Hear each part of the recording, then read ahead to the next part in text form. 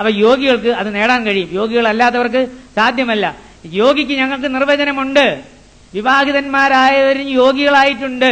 പക്ഷെ അവർ സാധകന്മാരായിരിക്കണം. സാധനയിലൂടെ അല്ലാതെ യോഗസിദ്ധിയും ഒരു തരം വെളിപാടും ഒരു സാധാരണ ലൗകികന് കിട്ടുക അസാധ്യമാണ്, വിശ്വസിക്കാനും ബുദ്ധിമുട്ടാണ്. വസിഷ്ഠനും ഗൃഹസ്ഥാശ്രമിയായിരുന്നു, വിശ്വാമിത്രനും ഗൃഹസ്ഥാശ്രമിയായിരുന്നു. പക്ഷേ അവരെന്തിനു വേണ്ടി വിവാഹം കഴിച്ചു? സന്താനങ്ങളെ ആവശ്യമായിട്ടുള്ളപ്പോൾ മാത്രമേ അവർ ബന്ധപ്പെട്ടിരുന്നുള്ളൂ. ഞങ്ങളുടെ രാജനീതി പ്രകാരം അതാണ്. ത്യാഗായ സമ്പ്രദാർത്ഥാനാം, ത്യജിക്കുന്നതിന് വേണ്ടി, ദാനം ചെയ്യുന്നതിന് വേണ്ടി ധനം സംഭരിച്ചു. സത്യായ മിതഭാഷിണാം, സത്യം പറയുന്നതിന് വേണ്ടി കുറച്ചു മാത്രം പറഞ്ഞു. യശസേ വിജിഗീഷൂണാം, ഭാരതീയ രാജനീതിയും ജീവിതധർമ്മവും തത്വമാണ്. മനസ്സിലായോ? യശസ് നേടുന്നതിന് വേണ്ടിയാണ് വിജയിക്കാൻ പുറപ്പെട്ടത്. പ്രജായൈ ഗൃഹമേധിനാം, കുട്ടികൾ ജനിക്കുന്നതിന് വേണ്ടി മാത്രമാണ് വിവാഹം കഴിച്ചത്. ആ കർമ്മത്തിന് ശേഷം നിഷിദ്ധമായ കാലങ്ങളിൽ മറ്റു ബന്ധങ്ങളിൽ ഏർപ്പെട്ടിരുന്നില്ല. ശൈശവേഭ്യസ്ത വിദ്യാനാം, ശൈശവത്തിൽ വിദ്യ അഭ്യസിച്ചു. യൗവനേ വിഷയൈഷിണാം, യൗവനത്തിൽ വിഷയകാര്യങ്ങളിൽ താല്പര്യം കാണിച്ചു. വാർദ്ധകേ മുനിവൃത്തീനാം, വാർദ്ധക്യത്തിൽ മുനിവൃത്തി സ്വീകരിച്ചു. എന്നിട്ടോ യോഗേനാന്തിയെ തനുത്യജാം, അന്ത്യകാലത്തിൽ യോഗവിദ്യയിലൂടെ എന്ത് ചെയ്തു? ജീവൻ വെടിഞ്ഞു. അതാണ് ഞങ്ങളുടെ പുരുഷാർത്ഥം. അല്ലാതെ ഈ ഭൂമിയിൽ കാണുന്ന സർവ്വതും മനുഷ്യന് വെട്ടിത്തിന്ന് പുഴുങ്ങാൻ വേണ്ടി കടകളിൽ കയറിയ രാവിലെ 8 മണിക്ക് കിട്ടുന്ന എന്താ? മാട്ടിറച്ചി ചോദിച്ചല്ലേ? മനുഷ്യന് വേണ്ടിയാണ് ഈ കാണുന്ന എല്ലാം സൃഷ്ടിച്ചത്. ആ സമഗ്ര വീക്ഷണം ഞങ്ങൾ പുലർത്തുന്നു, അതിൽ ഞങ്ങൾ അഭിമാനിക്കുന്നു. യാതൊരു കാരണവശാലും മനുഷ്യന് പ്രത്യേകമായ ഒരു ദിവ്യത്വം ഉണ്ടെന്ന് സമ്മതിച്ചു കൊടുക്കാൻ ഒരു ഹിന്ദുവിന് സാധ്യമല്ല. ഈ തൂണിലും തുരുമ്പിലും ബ്രഹ്മചൈതന്യം, ഈശ്വര ചൈതന്യം ഉണ്ടെന്ന് പറയുന്നത് അതുകൊണ്ടാണ്. ഈ ഭൂമിയിലുള്ള സർവ്വതും മനുഷ്യന് വേണ്ടി സൃഷ്ടിച്ചാണെന്ന് പറഞ്ഞാൽ സമ്മതിക്കാൻ പറ്റത്തില്ല. പഞ്ചതന്ത്ര കഥകളും ഞങ്ങളുടെ വിശ്വാസങ്ങളും അതാണ്. ഉറുമ്പിന്റെ കാര്യം ഞാൻ പറഞ്ഞു, നമുക്കില്ലാത്ത ഒരു സിദ്ധി ഉറുമ്പിന് പോലും ഉണ്ട്. അതുകൊണ്ട് നമ്മൾ ഉറുമ്പിനെ നിസാരജീവിയായിട്ട്, ഈ സമഗ്രത ഹിന്ദുമതത്തിന്റെ ഒരു പ്രധാന സ്വഭാവമാണ്. സർവ്വജീവികളും സർവ്വഭൂത ഹിതേര പഞ്ചയജ്ഞങ്ങൾ ഞങ്ങൾ നടത്തുന്നു. മിണ്ടാപ്രാണികൾക്ക് വേണ്ടി വീട്ടിന്റെ മുൻവശത്ത് വെള്ളം വയ്ക്കുന്നു, കാക്കയ്ക്കും പട്ടിക്കും പൂച്ചയ്ക്കും വേണ്ടി. അതാണ്.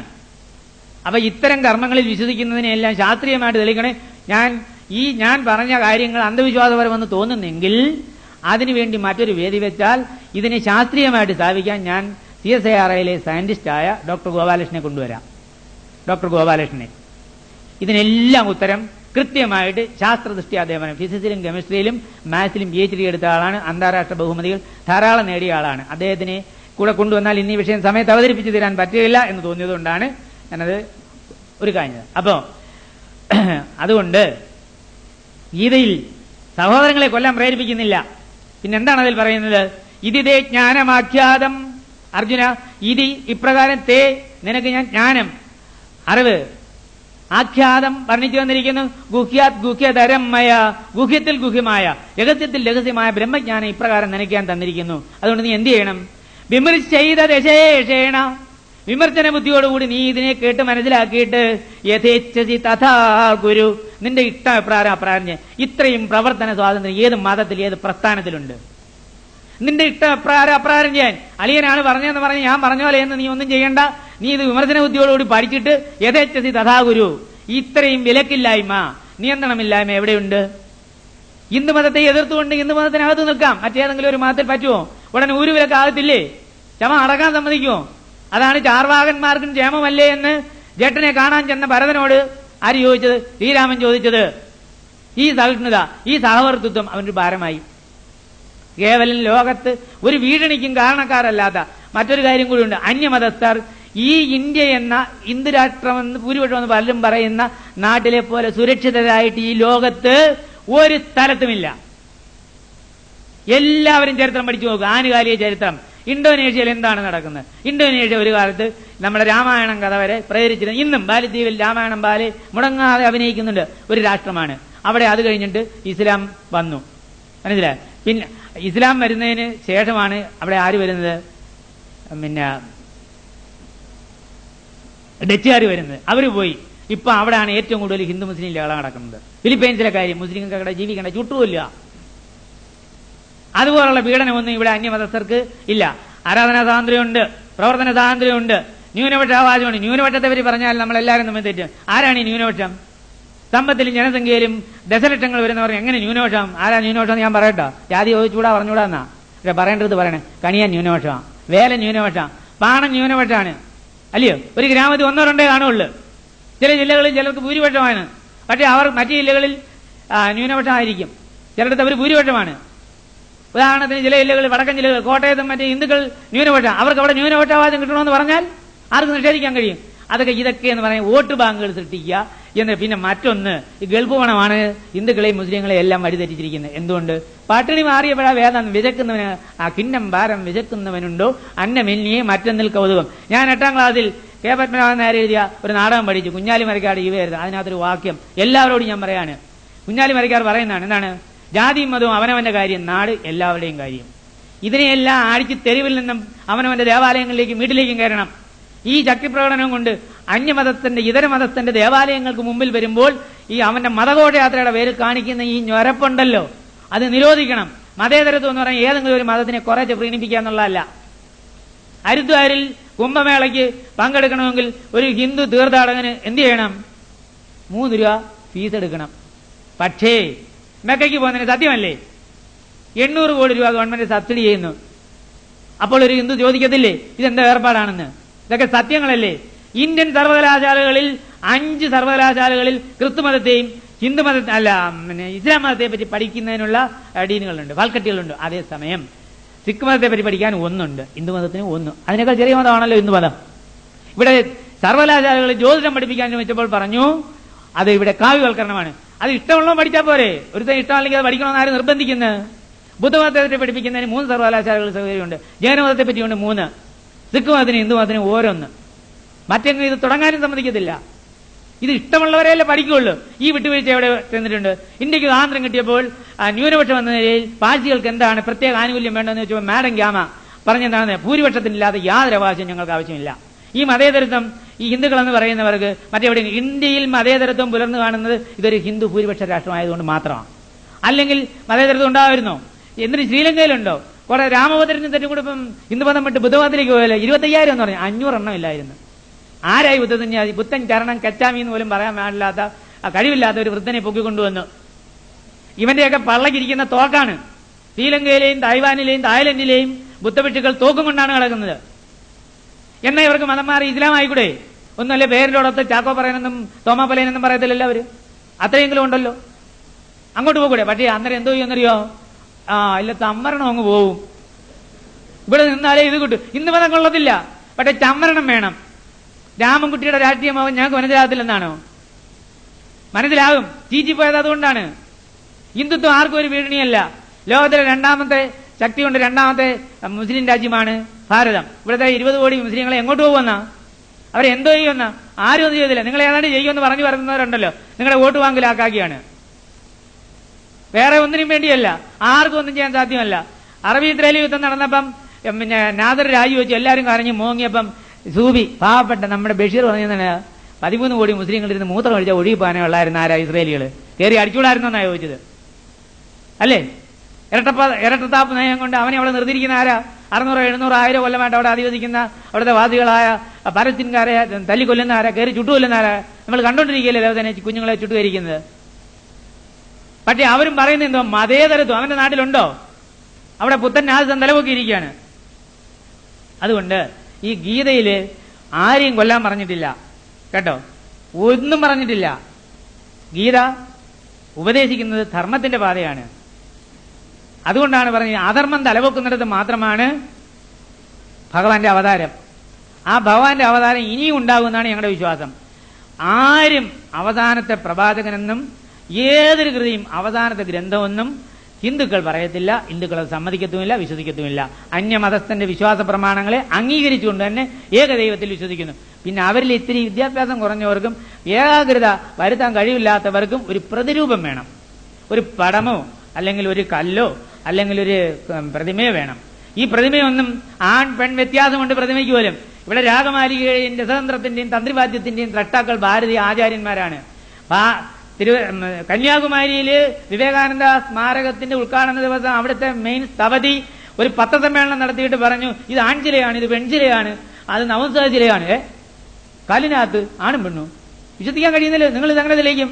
ഫിസിക്സ് പഠിച്ചവരും ജന്തുശാസ്ത്രം പഠിച്ചവർ കല്ലിനെ എടുത്തിട്ടാണ് നിങ്ങൾ ആണോ വേണമെന്ന് പറയും. ഞങ്ങളുടെ ശാസ്ത്രജ്ഞന്മാര്, ഹിന്ദു ശാസ്ത്രജ്ഞന്മാര് അത് തെളിയിച്ചിട്ടുണ്ട്. എങ്ങനെ? അവൻ തട്ടി നോക്കുമ്പോൾ അതിൽ നിന്ന് പുറപ്പെടുന്ന നാദത്തിന്റെ വ്യത്യാസം കൊണ്ട് ആൺചിലയും പെൺചിലയും നപുംസകചിലയും അവൻ വേർതിരിച്ചറിയും. സ്ത്രീചില കൊണ്ട് മാത്രം അവൻ പ്രതിമകൾ നിർമ്മിക്കുകയും ആൺചിലകൾ കൊണ്ട്, പുരുഷചില കൊണ്ട് തൂണുകൾ നിർമ്മിക്കുകയും നപുംസകചിലകൾ കൊണ്ട് മച്ചുകൾ നിർമ്മിക്കുകയും ചെയ്തു. ലോകത്തിലെ ഏറ്റവും അതിശയകരമായ, അത്ഭുതകരമായ, വിസ്മയകരമായ നിർമ്മിതിയാണ് തഞ്ചാവൂർ ബൃഹദേശ്വര ക്ഷേത്രം. ആ ബൃഹദേശ്വര ക്ഷേത്രത്തിന്റെ ശ്രീകോവിലിന്റെ മുകളിൽ 180 ടൺ ഭാരമുള്ള ഒരു ഗോളകയുണ്ട്. 180 അടി ഉയരത്തിൽ 81 ടൺ ഭാരമുള്ള ഒരു ഗോളക. 180 അടിയാണ് അതിന്റെ ഉയരം ആ ശ്രീകോവില. അതിന്റെ മുകളിൽ ഈ ഗോളക എത്തിക്കാൻ എങ്ങനെ കഴിഞ്ഞു? 5 കിലോമീറ്റർ അകലെയുള്ള മലയിൽ നിന്നും അപ്രോച്ച് റോഡ്, അങ്ങനെ നമ്മുടെ ഈ ഓവർബ്രിഡ്ജ് ഉണ്ടല്ലോ ചിന്നക്കട, അതുപോലെ നിർമ്മിച്ചിട്ട് ഉരുട്ടിക്കയറ്റി. ഒറ്റ കല്ലാണിത്. അപ്പൊ ഇവിടെ ശാസ്ത്രജ്ഞന്മാരില്ലായിരുന്നു, ശില്പികളില്ലായിരുന്നു, തവതികളില്ലായിരുന്നു. നിങ്ങൾ ശുചീന്ദ്രത്തി എന്ന അവിടുത്തെ കല്ലുകൾ കൊട്ടി നോക്കൂ, അതിൽ നിന്നും സപ്തസ്വരങ്ങൾ പുറപ്പെടുന്നില്ലേ? ഇതുപോലും അറിഞ്ഞിരുന്നായിരുന്നു ഇവിടുത്തെ ആളുകൾ. അതാണ് ഭാരതവർഷത്തിലെ പൂർവരാം ഋഷീന്ദ്രന്മാർ പാരിനുള്ള അടിക്കല്ല് പാർത്ത് കണ്ട് അറിഞ്ഞവർ. അതുകൊണ്ട് ഞങ്ങളുടെ ആചാരങ്ങളിൽ ചിലരുടെ യുക്തിക്ക് നിരക്കാത്തതായതുകൊണ്ട് അതിനെ പ്രാകൃതമെന്ന് പറഞ്ഞ് കളിയാക്കുന്നതിന് മുമ്പ് വർഷങ്ങൾ മെനക്കെട്ട് മാർക്സ് മുള്ളർ പറഞ്ഞതുപോലെ ഋഗ്വേദം പരിഭാഷപ്പെടുത്താൻ, വ്യാഖ്യാനിക്കാൻ 40 വർഷം എടുത്തവർ ഇത്തിരി കൂനിക്കൂടിയിരുന്ന് പഠിക്കണം. പിന്നെ സന്ദർഭങ്ങളിൽ നിന്ന് അടർത്തിയെടുത്ത് ഈശാവാസ്യത്തിൽ നിന്നൊക്കെ ചില ശ്ലോകങ്ങൾ ഇവിടെ ചൊല്ലി. അതിന് മറുപടിയുണ്ട്. ആ പറഞ്ഞതും ചൊല്ലിയതും ഒന്നും ശരിയല്ല. സന്ദർഭത്തിൽ നിന്ന് അടർത്തിയെടുത്തതാണ്, അത് സത്യമല്ല. അത് നിഷേധിക്കാനുള്ള അവസരം എനിക്ക് ലഭിച്ചാൽ അതെല്ലാം നിഷേധിക്കാൻ എനിക്ക് കഴിയും. ബിംബാരാധന ശരിയാണ്, പക്ഷേ ഇന്ന് കാണുന്ന ആചാരങ്ങൾ കണ്ടുകൊണ്ട് ഹിന്ദു മതത്തെ വിലയിരുത്തരുത്. പലരും അത് വിറ്റ് കാശാക്കുന്നുണ്ട്, അതിനെ വ്യാപാരവൽക്കരിച്ചിട്ടുണ്ട്. വ്യാപാരവൽക്കരിക്കപ്പെടാത്ത എന്തുണ്ട് ഇവിടെ? മതമുണ്ടോ? സാഹിത്യമുണ്ടോ? കലയുണ്ടോ? സർവ്വതും വ്യാപാരവൽക്കരിക്കുന്നു. ആഗോളവൽക്കരണം എന്നല്ലേ പറയുന്നത്. അക്കൂട്ടത്തിൽ ഞങ്ങളുടെതും പോലീസ് സ്റ്റേഷൻ കമ്പൗണ്ടിലൊക്കെ കയറി പൊങ്കാല ഇട്ടെന്നിരിക്കും. റോഡിൽ നടക്കുന്നവന് ഇതിലെ നടക്കാക്കത്തില്ല. ഞാൻ അവിടെ ഇത് പറയുമ്പോൾ ഹിന്ദുക്കൾക്ക് ചിലരുണ്ടോ? ഇവിടെ തന്നെ ഹിന്ദുക്കൾ ചിലർ എന്നോട് വന്ന് ഇത്തിരി നീരസം കാണിക്കാം. എനിക്കൊരു പുല്ലുമില്ല, എനിക്ക് അവിടെ വേദിയും വേണ്ട. ഞാൻ ആറ്റുകാൽ അമ്പലത്തിന്റെ ചവരയിലാണ് താമസിക്കുന്നതെങ്കിൽ എന്റെ വീട്ടിൽ കയറണം, എനിക്ക് വല്ലവന്റെയും വാത് വേണം, അവിടുത്തെ സാമൂഹിക വിരുദ്ധന്റെ വാത് വേണം. അതാണ് ഞാൻ പറഞ്ഞ മതത്തെയും വിശ്വാസത്തെയും തെരുവിലിറക്കി. ഈ തെരുവിലിറക്കിയതിനെതിരായിട്ടാണ് നിങ്ങൾ പൊരുതേണ്ടത്. മറ്റൊന്ന്, ശക്തി ഉപയോഗിക്കേണ്ടത്, ശക്തി സമാഹരിക്കേണ്ടുന്ന ആവശ്യങ്ങൾ വേറെ ഉണ്ട്. ജനസംഖ്യാനുപാതികമായി കിട്ടേണ്ടുന്ന ആനുകൂല്യങ്ങൾ പിടിച്ചു വാങ്ങാൻ, അർഹതപ്പെട്ട ആനുകൂല്യങ്ങൾ പിടിച്ചു വാങ്ങാൻ ഇതിൽ സംബന്ധിച്ചവര്, വിശേഷിച്ചും പിന്നോക്കക്കാര് എന്ത് ചെയ്യണം? സംഘടിക്കണം. ഊർജം അങ്ങോട്ടും കൂടെ പാരണം. ഇത് ആരുടെയും കുത്തകയല്ല, ഒന്നും ആരുടെയും കുത്തകയല്ല, അറിവും കുത്തകയല്ല, ഒരു പുസ്തകത്തിന്റെയും കുത്തകയല്ല. വീണ്ടും കാണാമെന്നുള്ള വിശ്വാസത്തോടെ ഞാൻ എന്റെ വാക്കുകൾ ഉപസംഹരിക്കുകയാണ്. Thank you. അടുത്തതായി എം അക്ബർ ക്ഷണിച്ചു.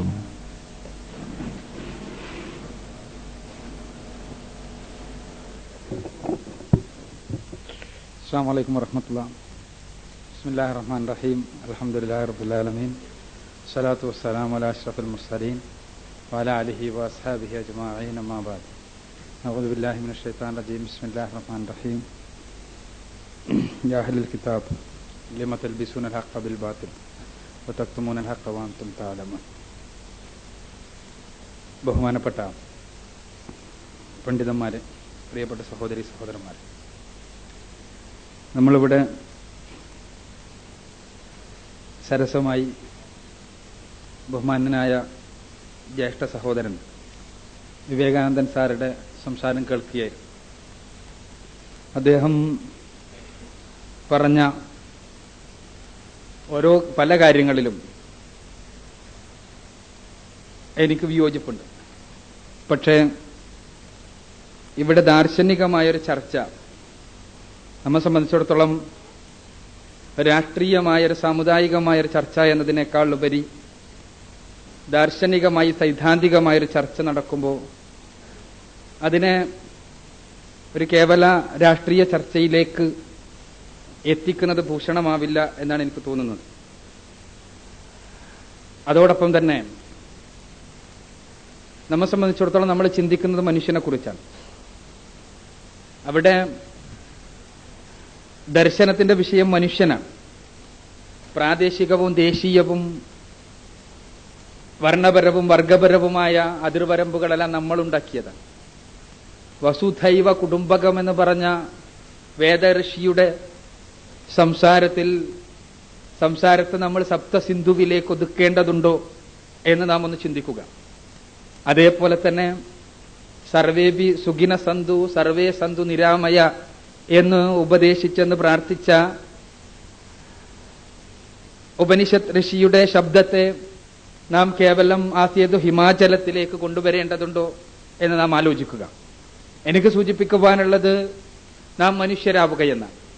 ദേശീയവും വർഗീയവും വംശീയവുമായ സകല സങ്കുചിതത്വങ്ങളിൽ നിന്നും ഒരല്പം മുന്നോട്ടു പോയി മനുഷ്യന്റെ അടിസ്ഥാനപരമായ ചോദനകളെയും മനുഷ്യവിശ്വാസ കർമ്മങ്ങളെയും ദേശീയമായ പ്രാദേശികമായ വർഗീയമായ സകലമാന അതിർവരമ്പുകൾക്കും അതീതമായി ചിന്തിക്കുവാൻ നമ്മൾ ശ്രമിക്കുമ്പോൾ നമുക്ക് കാണാൻ കഴിയുക, ഏത് ലോകത്തിന്റെ ഏത് ഭാഗത്തേക്ക് വന്ന ആചാര്യനും പ്രവാചകനും പ്രധാനമായും പറയാനുണ്ടായിരുന്ന ആദർശം, അതിന് ദേശീയതയുടെ അതിർവരമ്പുകൾ ഉണ്ടായിരുന്നില്ല എന്നാണ്. അവിടെ ആ ആദർശത്തിന്റെ രംഗത്ത് പരസ്പരം ചർച്ചകളുണ്ടായി, പരസ്പരം തർക്കങ്ങളുണ്ടായി, പരസ്പരം വിശ്വാസപരമായ സംഘടനകളുണ്ടായി. ആ സംഘടനകളെ നമ്മൾ കണ്ടില്ല എന്ന് നടിക്കേണ്ടതില്ല. ഭാരതീയ ദാർശനിക ചരിത്രത്തിൽ നടന്നതുപോലെ വിശ്വാസപരമായ ദാർശനികമായ സംഘടനകൾ മറ്റ് ലോക ദാർശനങ്ങളുടെ ചരിത്രത്തിൽ നടന്നിട്ടുണ്ടോ എന്ന് സംശയമാണ്. അപ്പൊ ഞാൻ പറയുന്നത്, ഞാൻ വിചാരിക്കുന്നത് മാത്രമാണ് ശരി എന്ന ചിന്ത സ്വാഭാവികമായും ഭാരതീയ ദാർശനികന്മാർക്കുള്ളത് കൊണ്ട് തന്നെയാണ് ചർച്ചകൾ ഉണ്ടായത്.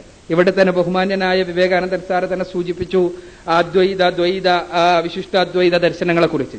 ഈ അദ്വൈത ദർശനവുമായി കടന്നു വന്ന ശ്രീ ശങ്കരാചാര്യർ ന യോഗേന ന സാഖ്യേന കർമ്മണ ന വിദ്യയ ബ്രഹ്മാത്മൈകത്വ യോഗേന മോക്ഷ സിദ്ധ്യയതി നാന്യഥ എന്ന് വിവേക ചൂടാമണിയുടെ 5-ാം അധ്യായത്തിൽ 58-ാമത്തെ വചനത്തിൽ പറയുമ്പോൾ അന്ന് നിലവിലുണ്ടായിരുന്ന സകല ദർശന പദ്ധതികളും ശരിയല്ല, അതൊന്നും തന്നെ മനുഷ്യനെ മോക്ഷത്തിൽ എത്തിച്ചേരുവാനുള്ള മാർഗമല്ല എന്ന് ശക്തമായി നിഷേധിച്ചുകൊണ്ട് തന്നെയാണ് അദ്വൈതത്തിൽ അധിഷ്ഠിതമായ അദ്ദേഹത്തിന്റെ സിദ്ധാന്തങ്ങൾ സ്ഥാപിച്ചത്. രാമാനുജാചാര്യർ കടന്നു വന്നപ്പോഴും സ്ഥിതി അത് തന്നെയാണ്. ശ്രീശങ്കരനെ രാമാനുജൻ തന്റെ സ്ത്രീഭാഷ്യത്തിൽ അതിശക്തമായി വിമർശിക്കുന്നത് കാണാം. മാധ്വാചാര്യർ അദ്ദേഹത്തിന്റെ മാധ്വഭാഷ്യത്തിലും വിമർശിക്കുന്നത് കാണാൻ കഴിയും. ആദർശപരമായി വ്യക്തിപരമായ വിമർശനങ്ങളല്ല, ആദർശപരമായി ആ വീക്ഷണം ശരിയല്ല എന്ന വിമർശനം. അങ്ങനെയുള്ള വിമർശനങ്ങൾ സൃഷ്ടിപരമായി നിലനിൽക്കുമ്പോഴാണ് ബുദ്ധിപരമായി മനുഷ്യർക്ക് പുരോഗമിക്കുവാൻ കഴിയുക. ഞാൻ സ്വാഭാവികമായി ഇസ്ലാമാണ് സത്യമെന്നും ഇസ്ലാം മാത്രമേ സത്യമുള്ളൂ എന്നും വിശ്വസിക്കുന്നു. അതിന്റെ അടിത്തറ ഞാനിവിടെ സൂചിപ്പിച്ചു കഴിഞ്ഞു. അത് എന്തിന്റെ അടിസ്ഥാനത്തിലാണ് എന്ന് ഞാനിവിടെ പറഞ്ഞ കാര്യങ്ങളൊന്നും തന്നെ വിമർശിക്കപ്പെട്ടിട്ടില്ല. ഇവിടെ വിമർശിക്കപ്പെട്ട കേവലമായ 1-2 പ്രശ്നങ്ങൾ, ഒന്ന് പ്രധാനമായും അന്തിമ പ്രവാചകനുമായി ബന്ധപ്പെട്ടതാണ്. ഞാൻ സൂചിപ്പിക്കട്ടെ, ഒരു അന്തിമാചാര്യനെ കുറിച്ച സങ്കല്പം ഞാൻ എന്റെ പ്രഭാഷണത്തിൽ സൂചിപ്പിച്ചതുപോലെ തന്നെ എല്ലാ സമൂഹങ്ങളിലും കാണാൻ കഴിയും. ഭാരതീയ വൈഷ്ണവ മതസാഹിത്യങ്ങളിലെല്ലാം ഒരു കൽക്കി അവതാരത്തെക്കുറിച്ച പ്രതീക്ഷ ഉൾക്കൊള്ളുന്നു.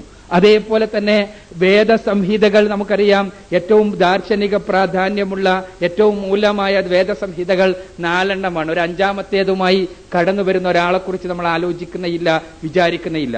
ഉപനിഷത്തുക്കൾ എണ്ണത്തിന്റെ കാര്യത്തിൽ അഭിപ്രായ വ്യത്യാസമുണ്ടെങ്കിലും പൊതുവായി 108 ഒരു പുതിയ ഉപനിഷത്തുമായി ആരെങ്കിലും കടന്നു വരുമെന്ന് നാം വിചാരിക്കുന്നില്ല. ഞാൻ ഉദ്ദേശിക്കുന്നത് ശ്രുതി പ്രാമാണ്യത്തിന്റെ വിഷയത്തിൽ ശ്രുതി എന്നാണ് വേദ സാഹിത്യങ്ങളെ കുറിച്ച് പറയുക. സൃഷ്ടാവായ തമ്പുരാനിൽ നിന്ന് ആചാര്യന്മാർ കേട്ട് എഴുതിയ കാര്യങ്ങൾ എന്നുള്ള അർത്ഥത്തിൽ ആ ശ്രുതികളുടെ വിഷയത്തിൽ വ്യക്തമായ നിയന്ത്രണവും അത് നിലച്ചുപോയി എന്നുള്ള വിശ്വാസവും പ്രായോഗികമായി തന്നെ നിലകൊള്ളുകയാണ്. ഇവിടെ ഇസ്ലാമിനെ സംബന്ധിച്ചിടത്തോളം കേവലം അന്തിമ പ്രവാചകൻ എന്ന് പറയുമ്പോൾ ആ അന്തിമ പ്രവാചകത്വം എന്നത് അദ്ദേഹത്തിന്റെ മുഹമ്മദ് റസൂലുള്ളാഹി സ്വല്ലല്ലാഹു അലൈഹി വസല്ലമയോടുകൂടി മനുഷ്യർക്കിടയിൽ നല്ല മനുഷ്യരുണ്ടാകാനുള്ള സകല സാധ്യതയും നിന്നുപോയി എന്നല്ല ഇസ്ലാം പഠിപ്പിക്കുന്നത്. മറിച്ച് ആചാര്യന്മാരുണ്ടാകാം, അതേപോലെ തന്നെ നല്ല മനുഷ്യരുണ്ടാകാം, പരിഷ്കർത്താക്കൾ ഉണ്ടാകാം, സാമൂഹ്യമായ ഉന്നതരായ ആളുകൾ ഉണ്ടാകാം. ഇതെല്ലാം അംഗീകരിക്കുന്നു. പക്ഷേ സൃഷ്ടികർത്താവായ തമ്പുരാനിൽ നിന്ന് മനുഷ്യരിലേക്കുള്ള വെളിപാടുകൾ അവസാനിച്ചു എന്ന് മാത്രമാണ് വിവക്ഷിക്കുന്നത്. ആ വെളിപാട് മുമ്പുള്ള പ്രവാചകന്മാരിലൂടെ നൈരന്തര്യമായി നൽകപ്പെട്ടിരുന്ന വെളിപാട് മുഹമ്മദ് റസൂലുള്ളാഹി സ്വല്ലല്ലാഹു അലൈഹി വസല്ലമയോട് കൂടി അവസാനിച്ചു. അതാണ് അതും ശ്രുതി പ്രാമാണ്യത്തിന്റെ വിഷയത്തിലുള്ള ഹൈന്ദവ സങ്കല്പവുമായി പൂർണ്ണമായി യോജിക്കുന്നു എന്ന് തന്നെയാണ് ഞാൻ മനസ്സിലാക്കുന്നത്. പിന്നീട് ഇവിടെ എന്റെ സംസാരത്തിൽ വന്ന കാര്യത്തിൽ വിമർശനാത്മകമായി വിലയിരുത്തപ്പെട്ട ഒരു കാര്യം ഞാൻ ഈശാവാസ്യത്തിൽ നിന്ന് എടുത്തുകൊണ്ട് തെറ്റായി ഉദ്ധരിച്ചു എന്നതാണ്. തീർച്ചയായും പരിശോധിക്കപ്പെടേണ്ടതാണ്. യജുർവേദത്തിന്റെ 40-ാം അധ്യായത്തിലെ 9-ാമത്തെ വചനത്തിലും ഈശാവാസ്യോപനിഷത്തിലെ 12-ാമത്തെ ശ്ലോകത്തിലുമെല്ലാം പറഞ്ഞിട്ടുള്ള ഇക്കാര്യത്തെക്കുറിച്ച് പണ്ഡിതന്മാർ എന്ത് വ്യാഖ്യാനിച്ചു എന്ന് ബഹുമാന്യനായ സാറൊന്നെടുത്ത് പരിശോധിച്ച് നോക്കേണ്ടതാണ് എന്ന് മാത്രമാണ് എനിക്ക് അക്കാര്യത്തിൽ പറയാനുള്ളത്. എന്റെ ഒരു വേദവ്യാഖ്യാനം പോലും, ഏതെങ്കിലും ഒരു ഉപനിഷത്ത് വ്യാഖ്യാനം പോലും പരിമിതമായ സംസ്കൃതാക്ഷരങ്ങളുടെ അറിവിന്റെ അടിസ്ഥാനത്തിലുള്ളതല്ല. മറിച്ച് കൃത്യമായി പണ്ഡിതന്മാർ വ്യാഖ്യാനിച്ചിട്ടുള്ള, ഹൈന്ദവ പണ്ഡിതന്മാർ വ്യാഖ്യാനിച്ചിട്ടുള്ളതിന്റെ അടിസ്ഥാനത്തിൽ തന്നെയാണ് എന്ന് ഞാൻ അടിവരയിട്ടുകൊണ്ട് സൂചിപ്പിക്കുകയാണ്. ബഹുമാന്യനായ വിവേകാനന്ദൻ സാറിന് സംശയമുണ്ടെങ്കിൽ ബൃഹദാരണ്യകോപനിഷത്തിന്റെ നരേന്ദ്രഭൂഷന്റെ വ്യാഖ്യാനം വായിക്കുക. അതേപോലെ തന്നെ പിന്നെ മഹർഷി ദയാനന്ദ സരസ്വതിയുടെ സത്യാർത്ഥ പ്രകാശം വായിക്കുക. അതേപോലെ തന്നെ വാഗ്ഭടാനന്ദ ഗുരുദേവന്റെ, വാഗ്ഭടാനന്ദ സ്വാമികളുടെ സമ്പൂർണ്ണ കൃതികൾ വായിക്കുക. ശിവയോഗിയുടെ വിഗ്രഹാരാധന ഖണ്ഡനം എന്ന കൃതി വായിക്കുക. ഈ കൃതികളിലെല്ലാം തന്നെ കൃത്യമായി ഈ വചനങ്ങൾക്ക് മഹർഷിമാർ, പണ്ഡിതന്മാർ, ശക്തരായ ഹൈന്ദവ പണ്ഡിതന്മാർ നൽകിയ വ്യാഖ്യാനത്തിന്റെ അടിസ്ഥാനത്തിൽ മാത്രമേ ഞാൻ സംസാരിച്ചിട്ടുള്ളൂ.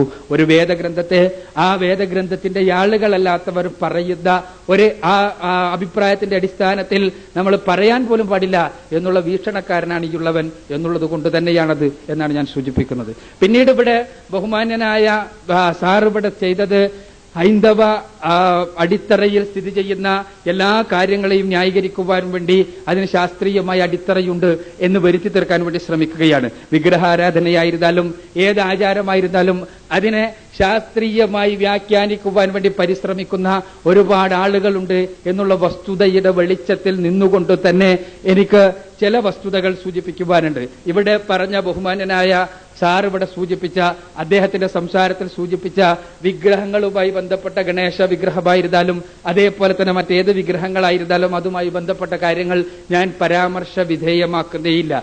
കാരണം അതിന് വെറും പുരാണങ്ങളുടെ, അഷ്ടാദശ പുരാണങ്ങളുടെ മാത്രം അടിസ്ഥാനത്തിൽ, അഷ്ടാദശ പുരാണങ്ങളിൽ എങ്ങനെ ഗണപതി ഉണ്ടായി എന്നത് മുതൽക്കുള്ള പല വിഷയങ്ങളിലുമുള്ള വൈരുദ്ധ്യാധിഷ്ഠിതമായ കഥകളുടെ മാത്രം അടിസ്ഥാനത്തിൽ വിമർശിക്കുവാൻ വേണമെങ്കിൽ സാധിക്കും. പക്ഷേ എന്റെ മതം എന്നെ അതിനനുവദിക്കുന്നില്ല.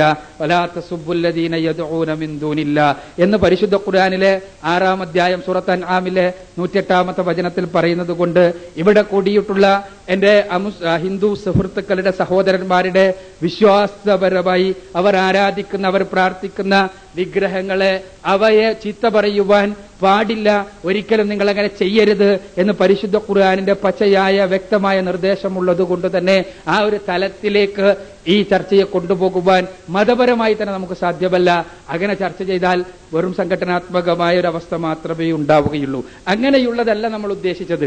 മറിച്ച് ദാർശനികമായി ഈ തത്വശാസ്ത്രത്തിന്റെ അടിസ്ഥാനത്തിൽ നമ്മൾ ഇത് എല്ലാം എന്താണ് ഹൈന്ദവ ദർശനം എന്ന് പഠിക്കുവാനും ക്രൈസ്തവ ദർശനം എന്ന് പഠിക്കുവാനുമെല്ലാം നമുക്ക് ഇസ്ലാം എന്ന് പഠിക്കുവാനുമെല്ലാം ഉള്ള സാഹചര്യം ഉണ്ടാകണം എന്ന് മാത്രമാണ് ഉദ്ദേശിച്ചിട്ടുള്ളത്. അതേപോലെ തന്നെ പുനർജന്മ വിശ്വാസത്തെക്കുറിച്ച് ബഹുമാന്യനായ സാർ ഇവിടെ സൂചിപ്പിച്ചു. വിഗ്രഹാരാധനയെക്കുറിച്ച് പറഞ്ഞപ്പോ അദ്ദേഹത്തിന്റെ സംസാരത്തിൽ എന്തെങ്കിലും ഇസ്ലാമിന്റെ പേരിലും ആരോപിക്കണമല്ലോ എന്നതുകൊണ്ടായിരിക്കാം അദ്ദേഹം ചന്ദ്രക്കലയുടെ വിഷയവും അതേപോലെ തന്നെ മക്കയുടെ കാര്യവുമെല്ലാം പറഞ്ഞത്. അത് അദ്ദേഹം അറിഞ്ഞുകൊണ്ടാണ് പറഞ്ഞതെങ്കിൽ അദ്ദേഹത്തിന്റെ അജ്ഞതയിൽ പരിതപിക്കുക മാത്രമേ നിർവാഹമുള്ളൂ എന്ന് എനിക്ക് പറയാനുള്ളത്. അതല്ല അദ്ദേഹം അറിയാതെ പറഞ്ഞു പോയതാണ് എങ്കിൽ മനസ്സിലാക്കുക, ചന്ദ്രക്കല ഇസ്ലാമിന്റെ ഒരു ചിഹ്നമേ അല്ല. ഇസ്ലാമുമായി ചന്ദ്രക്കലക്ക് ഇത് ദാർശനികമായ ഒരു ചർച്ചയാണ്. നേരത്തെ ഇവിടെ പറഞ്ഞതുപോലെ വൈകാരിക തലത്തിലേക്ക് ആരും ഇതിനെ കൊണ്ടുപോകരുത്. ഇത് ആരോടെങ്കിലുള്ള ദേഷ്യം തീർക്കാനോ ആരോടെങ്കിലും മറുപടി പറയുവല്ല. ബഹുമാന്യനായ സാറ് അദ്ദേഹത്തിന്റെ അറിവിന്റെ അടിസ്ഥാനത്തിലൂടെ പറഞ്ഞ കാര്യങ്ങളിൽ ഇസ്ലാമികമായ വീക്ഷണം അവതരിപ്പിക്കുക മാത്രമാണ്. ആർക്കും യാതൊരു രീതിയിലുമുള്ള വൈകാരിക പ്രകടനങ്ങൾ ആവശ്യമില്ല. എന്റെ കയ്യിൽ നിന്ന് എന്തെങ്കിലും ഉണ്ടാകുന്നുണ്ടെങ്കിൽ അത് തിരുത്താൻ വേദി തയ്യാറാകണം എന്ന് മാത്രമാണ് അഭിഷേകമായി എനിക്ക് സൂചിപ്പിക്കുവാനുള്ളത്. സുഹൃത്തുക്കളെ, ചന്ദ്രക്കല എന്നുള്ളത് ഇസ്ലാമിന്റെ ചിഹ്നമേ അല്ല. അത് മുസ്ലിം ഖിലാഫത്തിന്റെ ഒരു കാലഘട്ടത്തിൽ ഉള്ള ഖിലാഫത്തിന്റെ, ഉസ്മാനിയ ഖിലാഫത്തിന്റെ ഒരു ചിഹ്നം എന്നുള്ള നിലക്ക് പല സ്ഥലത്തും സ്ഥാനം പിടിക്കുകയും ഇന്ത്യയിൽ നമുക്കറിയാം സ്വാതന്ത്ര്യ സമരത്തോടനുബന്ധിച്ച് ഖിലാഫത്ത് പ്രസ്ഥാനവും വളർന്നു വികസിക്കുകയും സ്വാതന്ത്ര്യ സമരത്തിന് അനുഗുണമായി ഖിലാഫത്ത് പ്രസ്ഥാനത്തെ ഗാന്ധിജിയെ പോലെയുള്ള നേതാക്കന്മാർ ഉപയോഗപ്പെടുത്തുകയും ചെയ്തതുകൊണ്ട് ഒരു മുസ്ലിം ചിഹ്നമായി ചന്ദ്രക്കല മാറുകയാണ് ഉണ്ടായത്. അതിന് മതപരമായി യാതൊരു അടിത്തറയുമില്ല. അതേപോലെ തന്നെ പള്ളിയിൽ പോയി നമസ്കരിക്കുന്നതും അതേപോലെ ഹറമിലേക്ക് തിരിഞ്ഞു നമസ്കരിക്കുന്നതുമെല്ലാം നമ്മൾ മനസ്സിലാക്കേണ്ടതുണ്ട്. ഇവിടെ ബഹുമാന്യനായ സാറ് തന്നെ സൂചിപ്പിച്ചതുപോലെ ഭൂമി മുഴുവനും മുസ്ലിങ്ങളെ സംബന്ധിച്ചിടത്തോളം പള്ളിയാണ്. എവിടേക്ക് തിരിഞ്ഞുകൊണ്ട് പടച്ചതമ്പുരാനോട് പ്രാർത്ഥിച്ചാലും പടച്ചതമ്പുരാൻ ആ പ്രാർത്ഥന കേൾക്കുമെന്നും ആ പ്രാർത്ഥനയ്ക്ക് ഉത്തരം ലഭിക്കുമെന്നും ആത്മാർത്ഥമായി വിശ്വസിക്കുന്നവരാണ് മുസ്ലിങ്ങൾ. പക്ഷേ ഇസ്ലാമിൽ നിയതമായ ചില ആരാധനാ രീതികളുണ്ട്. ആ ആരാധനാ രീതികൾക്ക് നിയതമായ രീതിശാസ്ത്രം നിശ്ചയിക്കപ്പെട്ടിട്ടുണ്ട്. അഥവാ ഇസ്ലാമിൽ ധർമ്മം കൊടുക്കുവാനുള്ള തുറന്ന കൽപ്പനയുണ്ട്. അതോടൊപ്പം തന്നെ നിയതമായൊരു ധർമ്മമുണ്ട്, അതിന് സക്കാത്ത് എന്ന പേർ. ആ സക്കാത്തിന് കൃത്യമായ കണക്കുണ്ട്. 2.5%, 5%, 10% തുടങ്ങിയ കണക്കുകൾ. അത് നിയതമായ ആരാധനാ രീതികൾക്കുള്ളതാ. അതേപോലെ തന്നെ ഉപവസിക്കുവാൻ തുറന്ന അനുവാദമുണ്ട്.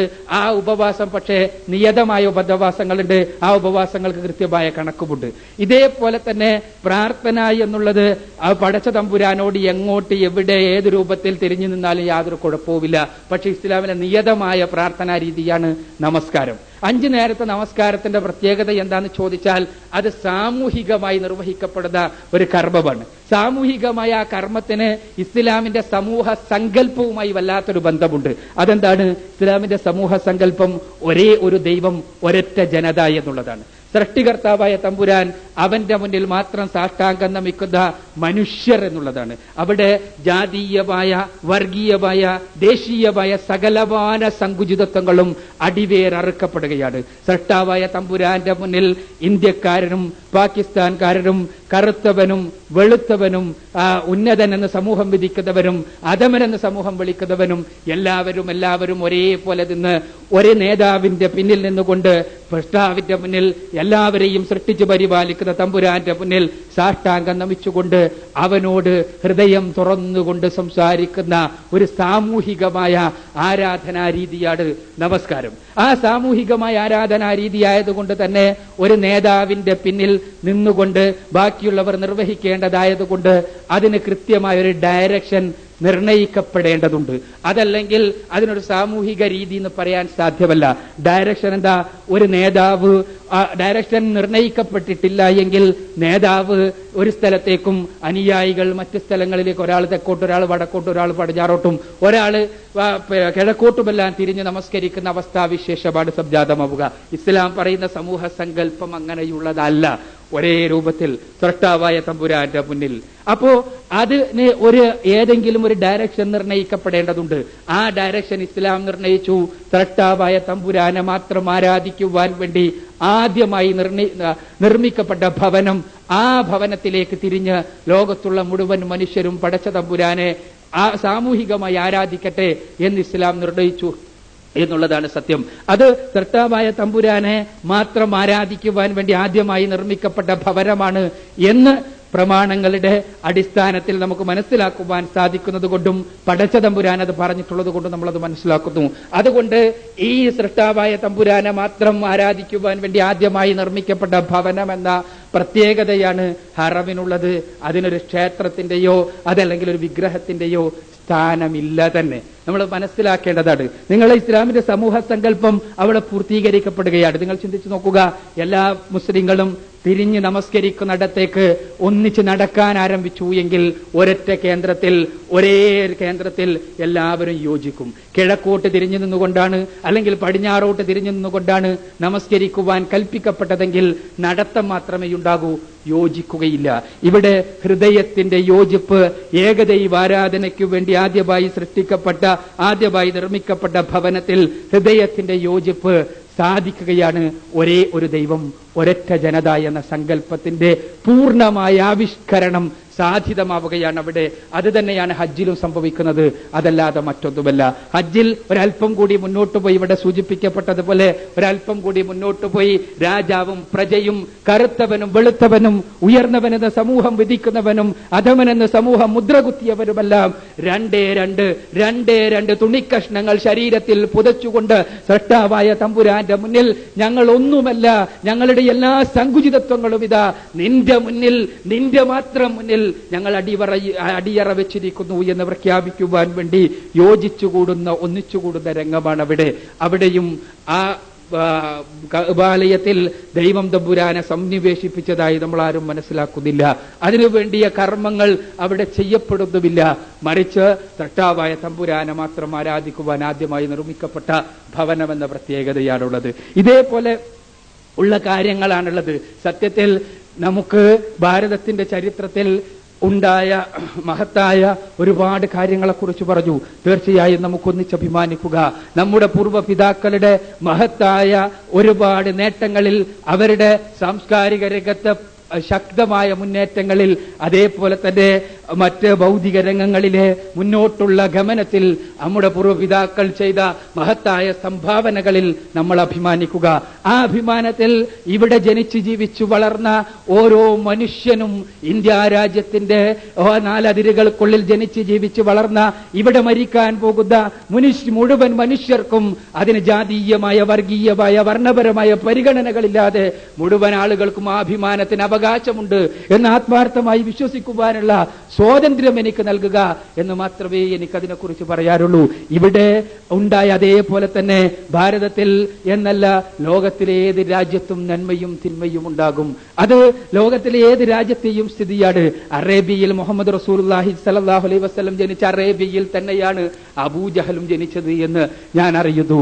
ആ പരിശുദ്ധ ഖുർആനിന്റെ ദിവ്യ വജസ്സുകൾ മനുഷ്യരെ സംസ്കാരത്തിന്റെ ഉദാത്ത രംഗത്തേക്ക് കഴിച്ചുപുടച്ചേർത്തിയ അതേ അറബിയിൽ തന്നെയാണ് മ്ലേച്ഛമായ കവിതകളുടെ ആവിഷ്കാരമായ മുഅല്ലഖയും തൂങ്ങിക്കിടന്നിരുന്നത് എന്ന് ഞാൻ അറിയുന്നു. അറേബ്യ എന്ന പ്രദേശത്തിന് എന്തെങ്കിലും ആ രൂപത്തിലുള്ള ഒരു ധർമ്മം സൃഷ്ടിക്കാൻ കഴിയുമെന്ന് ഞാൻ വിചാരിക്കുന്നില്ല. ഭാരതത്തിൽ ഇവിടെ സൂചിപ്പിക്കപ്പെട്ടതുപോലെ ഉന്നതരായ ആളുകൾ ഉണ്ടായിട്ടില്ലേ?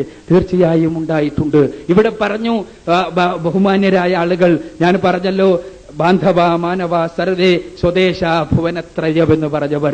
മനുഷ്യർ മുഴുവനും എന്റെ ബന്ധുക്കളാണ്, എന്റെ സ്വദേശമാണ് ഭൂമി മുഴുവനും എന്ന് പറഞ്ഞ ആളുകൾ ഉണ്ടായത് ഈ ഭാരതത്തിലാണ്. അതോടൊപ്പം തന്നെ വേദത്തിൽ പോലും താഴ്ന്ന ജാതിക്കാരൻ നീചയോനിയിൽ ജനിച്ചവനാണ് എന്ന് എഴുതി ചേർക്കുവാൻ വേണ്ട രൂപത്തിലുള്ള വളഞ്ഞ ബുദ്ധിയുള്ളവരും നമ്മുടെ ഭാരതത്തിൽ തന്നെ ഉണ്ടായവരല്ലേ? സത്യമല്ലേ അത് എന്ന് നാം ചിന്തിക്കുക.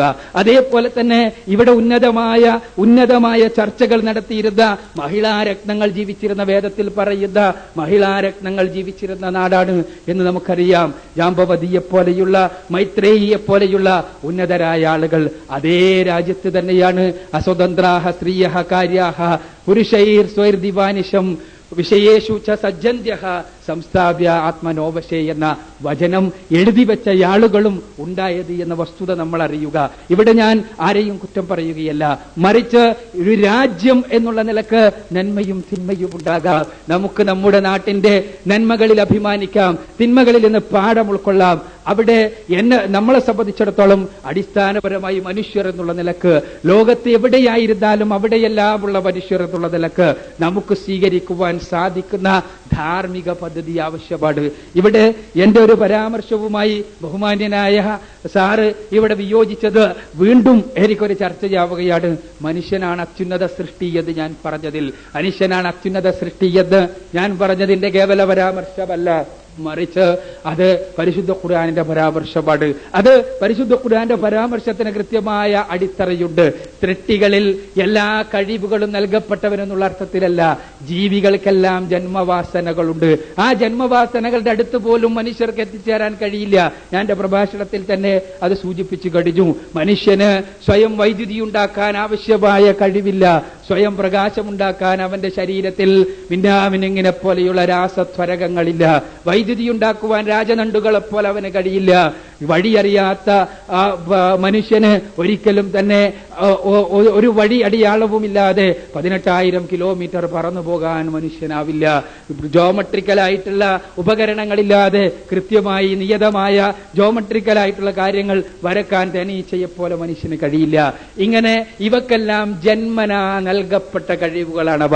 മനുഷ്യനോ ഒന്നുമില്ലാതെ ജനിക്കുന്നവനാണവൻ, പലതും നേടിക്കൊണ്ട് മരിക്കുന്നവനാണവൻ. എന്നാൽ ഈ ജീവികളെല്ലാം അവക്കാവശ്യമായ എല്ലാം നൽകപ്പെട്ടുകൊണ്ട് ജനിക്കുന്നവയാണ്, ഒന്നും പുതുതായി നേടാതെ മരിക്കുന്നവയുമാണ്. അവക്ക് എന്തെല്ലാം ആവശ്യമുണ്ടോ അതെല്ലാം നൽകപ്പെട്ടുകൊണ്ടാണ് അവ ജനിക്കുന്നത്. പുതുതായി ഒന്നും ആ ജീവികൾ നേടുന്നില്ല. മനുഷ്യൻ അതല്ല, ഒന്നുമില്ലാതെ ജനിക്കുന്നു, പലതും നേടുന്നു. ആ നേടാൻ അവന് പ്രകൃതി ഉപയോഗപ്പെടുത്തണം. ആ പ്രകൃതി ഉപയോഗപ്പെടുത്തണമെങ്കിൽ തീർച്ചയായും അവിടെയാണ് ദൈവിക മാർഗദർശനം കടന്നു വരുന്നത്. ദൈവിക മാർഗദർശനം നന്മ തിന്മകളെ വ്യവച്ഛേദിക്കാൻ, എന്താണ് നന്മ എന്ന് പഠിക്കാൻ, എന്താണ് തിന്മ എന്നറിയാൻ, ഓരോ വിഷയത്തിലും ജീവിതത്തിന്റെ സകലമാന രംഗത്തും അത് അനിവാര്യമാണ് എന്ന് നാം മനസ്സിലാക്കുന്നു. അതിന്റെ അടിസ്ഥാനത്തിലാണ് കൃത്യമായ വേദഗ്രന്ഥത്തെ നിങ്ങളുടെ മുന്നിൽ സമർപ്പിക്കപ്പെട്ടത്. അവിടെ പരിശുദ്ധ ഖുർആൻ, അവിടെ വേറെ അത് മാത്രമാണ് ശരിയെന്ന സിദ്ധാന്തമേ പറയുന്നില്ല. മറിച്ച് അത് ശരിയാണ്, അതിലുള്ളത് പൂർണ്ണമായി ശരിയാണ് എന്ന് പറയുന്നു. ബാക്കിയുള്ളതിലും ശരിയുണ്ടാകാം, പക്ഷേ പ്രക്ഷിപ്തമില്ലാത്ത മനുഷ്യരുടെ കൈകടത്തലുകൾ നടന്നിട്ടില്ല എന്ന് ആത്മാർത്ഥമായി പറയാൻ കഴിയുന്ന ഏത് പ്രമാണമാണുള്ളത് എന്ന ചോദ്യം പ്രസക്തമാകുന്നില്ലേ? ആ പ്രമാണം നമുക്ക് പരിശോധിച്ചുകൂടെ? ആ പ്രമാണം പരിശോധിക്കേണ്ടത് നമ്മുടെ ബാധ്യതയല്ലേ? കേവലം വൈകാരികമായ കാര്യങ്ങൾ ഉൾക്കൊള്ളുകയാണോ നാം വേണ്ടത്? ഇവിടെ വേദങ്ങളെല്ലാം പറയുന്ന, വേദങ്ങളെല്ലാം സൂചിപ്പിക്കുന്ന മരണാനന്തര ജീവിതത്തെക്കുറിച്ച് ഇവിടെ സൂചിപ്പിക്കപ്പെടുകയുണ്ടായി. മരണാനന്തര ജീവിതത്തിന്റെ വിഷയത്തിലും ഇവിടെ ഒരു അഭിപ്രായ വ്യത്യാസം സ്വാഭാവികമായി സ്ഥിതി ചെയ്യുന്നത് പുനർജന്മവുമായി ബന്ധപ്പെട്ടുകൊണ്ടാണ്. ഞാൻ സൂചിപ്പിച്ചു, സ്വർഗനരകങ്ങളെക്കുറിച്ചുള്ള വചനങ്ങൾ വേദങ്ങളിൽ നിന്ന്, ഉപനിഷത്തുക്കളിൽ നിന്ന്, വേദസംഹിതകളിൽ 4 വേദസംഹിതകളിൽ എവിടെയും മരണാനന്തര ജീവിതത്തിലെ ഈ പറഞ്ഞ പുനർജന്മ വിശ്വാസത്തെക്കുറിച്ച് വീണ്ടും വീണ്ടും ഇവിടെ പുനർജനിക്കുക എന്ന വിചാരത്തെക്കുറിച്ചുള്ള സങ്കല്പങ്ങളൊന്നും കാണാൻ കഴിയുന്നില്ല എന്നതൊരു വസ്തുതയാണ്. പരിശോധിച്ചു നോക്കുക, പഠിക്കുക. ഇത് കേവലം ഞാൻ പറയുന്നത് കൊണ്ടല്ല, പണ്ഡിതന്മാരുടെ വീക്ഷണത്തിന്റെ അടിസ്ഥാനത്തിൽ തന്നെയാണ് ഞാൻ പറയുന്നത്. എന്നാൽ പിൽക്കാലഘട്ടത്തിൽ ഛന്ദഗ്യോപനിഷത്തിലാണ് പുനർജന്മ വിശ്വാസം കടന്നു വരുന്നത്. ഛന്ദഗ്യോപനിഷത്തിൽ നമുക്ക് കാണാൻ കഴിയും. ഛന്ദോഗ്യോപനിഷത്തിന്റെ 5-ാം മണ്ഡലത്തിലെ 10-ാം അധ്യായത്തിലെ 7-ാമത്തെ വചനത്തിൽ പുനർജന്മ വിശ്വാസത്തിന്റെ ആദ്യത്തെ വിത്തുകൾ നമുക്ക് കാണാൻ കഴിയും. അതിങ്ങനെയാണ്, നമ്മളത് പരിശോധിക്കണം. എങ്ങനെയാണ് പുനർജന്മ വിശ്വാസം ഭാരതീയ സമൂഹത്തിലേക്ക് കടന്നു വന്നത് എന്ന് നമുക്ക് കൃത്യമായ അറിവ് നൽകുന്നതാണ് ആ വചനം. അതിന്റെ അടിസ്ഥാനത്തിൽ പരിശോധിക്കുക. ഇതാരെയും കുറ്റം പറയാൻ വേണ്ടിയുള്ളതല്ല. നാം പഠിക്കുക, പരിശോധിക്കുക, ശരി ഉൾക്കൊള്ളാൻ, ശരിയാണ് എന്ന് ബോധ്യത്തോടുകൂടി ഉൾക്കൊള്ളാൻ സന്നദ്ധമാവുക. ശരി, അവിടെയും ഇന്ത്യത് മാത്രം ശരി എന്നുള്ള ചിന്തയല്ല. 2 4 എന്നത് ശരിയാണെങ്കിൽ 5 എന്ന വാദം തെറ്റാണ് എന്ന് പറയാതിരിക്കാൻ നിർവാഹമില്ല. 2 4 എന്നത് ഞാൻ അംഗീകരിക്കുന്നു, അതുകൊണ്ട് 5 എന്ന് ഞാൻ പറയുന്നത് നീയും അംഗീകരിക്കണം എന്ന് പറഞ്ഞാൽ അത് അംഗീകരിക്കാനും നിർവാഹമില്ല. മറിച്ച് ശരിയാണോ എന്ന് പരിശോധിച്ചിട്ട് അംഗീകരിക്കുക. അവിടെ ഞാനിവിടെ സൂചിപ്പിച്ച എന്താണ് പുനർജന്മ വിശ്വാസത്തെക്കുറിച്ച് ഛന്ദോഗ്യത്തിൽ പറയുന്നത് എന്ന് നമ്മൾ പരിശോധിക്കുക. ഏതാണ്? സ്വധർമ്മം അനുഷ്ഠിച്ചുകൊണ്ട് ഈ ലോകത്തിൽ നിന്നും വിട പറയുന്നവർ ബ്രാഹ്മണന്റെയോ ക്ഷത്രിയന്റെയോ വൈശ്യന്റെയോ യോനിയിൽ ജനിക്കുന്നു എന്നാണ്. അതേസമയം സ്വധർമ്മം അനുഷ്ഠിക്കാത്തവർ പന്നിയുടെയോ പട്ടിയുടെയോ ചണ്ടാളന്റെയോ യോനിയിൽ ജനിക്കുന്നു എന്നാണ്. ബ്രാഹ്മണ യോനിമ്പ, ക്ഷത്രിയ യോനിമ്പ, വൈശ്യ യോനിമ്പ എന്നെല്ലാം പറഞ്ഞുകൊണ്ട് തന്നെ അത് ഗദ്യ രൂപത്തിലായതുകൊണ്ട് വളരെ വിശദമായി പരാമർശിക്കേണ്ടതില്ല. ഞാനത് സൂചിപ്പിക്കുന്നത് അറിവിന് വേണ്ടിയാണ്, അന്വേഷണത്തിന് വേണ്ടിയാണ്. ഞാൻ മനസ്സിലാക്കുന്നത് ഇവിടെയുണ്ടായ സവർണാധിപത്യത്തിന്റെ സ്വാഭാവികമായ പരിണിതിയായി കടന്നു വന്നതാണ് ഈ പുനർജന്മ വിശ്വാസം. എന്താണ്? ബ്രാഹ്മണനും ക്ഷത്രിയനും വൈശ്യനുമായി ജനിച്ചവർ കഴിഞ്ഞ ജന്മത്തിൽ നന്മ ചെയ്തതുകൊണ്ടാണ് അത് ജനിച്ചത് എന്നും അത് അവരുടെ ജന്മാവകാശമാണ് എന്നും, അതേപോലെ പന്നിയെയും പട്ടിയെയും പോലെ സാധാരണക്കാരനായ ചണ്ടാളൻ അവൻ അങ്ങനെയായി പോയത്, പന്നിയെയും പട്ടിയെയും പോലെയായി പോയത് അവൻ കഴിഞ്ഞ ജന്മത്തിൽ തിന്മ ചെയ്തതുകൊണ്ടാണ് എന്നും അത് അവന്റെ ജന്മഭാരമാണ് എന്നും അവൻ അതിൽ നിന്ന് രക്ഷപ്പെടണമെങ്കിൽ ഈ ജന്മത്തിൽ നീ നിന്റെ സ്വധർമ്മം അനുഷ്ഠിച്ചുകൊണ്ട് ജീവിക്കുകയാണ് വേണ്ടത് എന്നും പഠിപ്പിക്കുവാൻ വേണ്ടി പഠിച്ചെടുത്തതാണ് ഈ സിദ്ധാന്തമെന്ന് ഞാൻ ആത്മാർത്ഥമായി മനസ്സിലാക്കുന്നു. പരിശോധിക്കുക, പഠിക്കുക, അതിനുശേഷം നിഷേധിക്കുക എന്നതിന് യാതൊരു എതിർപ്പുമില്ല. ഇത് ഭാരതീയ ചിന്തയോടുള്ള എതിർപ്പ് കൊണ്ട് പറയുന്നതല്ല. ഭാരതീയ ദർശനം ഞാൻ ഇവിടെ സൂചിപ്പിച്ചതുപോലെ ശക്തമായി മുന്നോട്ട് വന്നിട്ടുള്ള ഒരുപാട് ദാർശനികമായ ഉൾക്കാഴ്ചകളുള്ള സുന്ദരമായ വചനങ്ങളുള്ള ഗ്രന്ഥ സൂചിക തന്നെയാണ്, ഗ്രന്ഥ സമുച്ചയം തന്നെയാണ് എന്ന് ആത്മാർത്ഥമായി വിശ്വസിക്കുന്ന വ്യക്തിയാണ് ഉള്ളവൻ. പക്ഷേ ഇവിടെ അടിസ്ഥാനപരമായ പ്രശ്നം മനുഷ്യരുടെ മാർഗദർശനമാണ്. സൃഷ്ടാവായ തമ്പുരാനിലുള്ള ദാണി എന്ന് പൂർണ്ണമായി ഉറപ്പുള്ള ഒരു മാർഗദർശക ഗ്രന്ഥമാണ് ഞാൻ നിങ്ങളുടെ മുന്നിൽ സമർപ്പിച്ചിട്ടുള്ളത്. പരിശോധിക്കാം, നിങ്ങൾക്ക് യാതൊരു നിർബന്ധവുമില്ല. വൈദേശികമെന്നോ സ്വദേശികമെന്നോ എന്ന ചിന്താഗതി നമുക്കുണ്ടായത് എന്നാണ് എന്ന് നമ്മൾ പരിശോധിക്കുക. നമ്മുടെ ദാർശനികന്മാർക്കൊന്നുമില്ലാത്തൊരു ചിന്താഗതി നമുക്ക് ആ വിഷയത്തിൽ ആവശ്യമില്ല. ആരായിരുന്നാലും ഇന്ത്യയിൽ ജീവിക്കുന്ന ഒരാളാണ് എന്റെ മതം നീ നിർബന്ധമായി അനുസരിക്കണമെന്ന് പറയുന്നതെങ്കിൽ പുച്ഛിച്ചു തള്ളും നമ്മൾ അവരെ.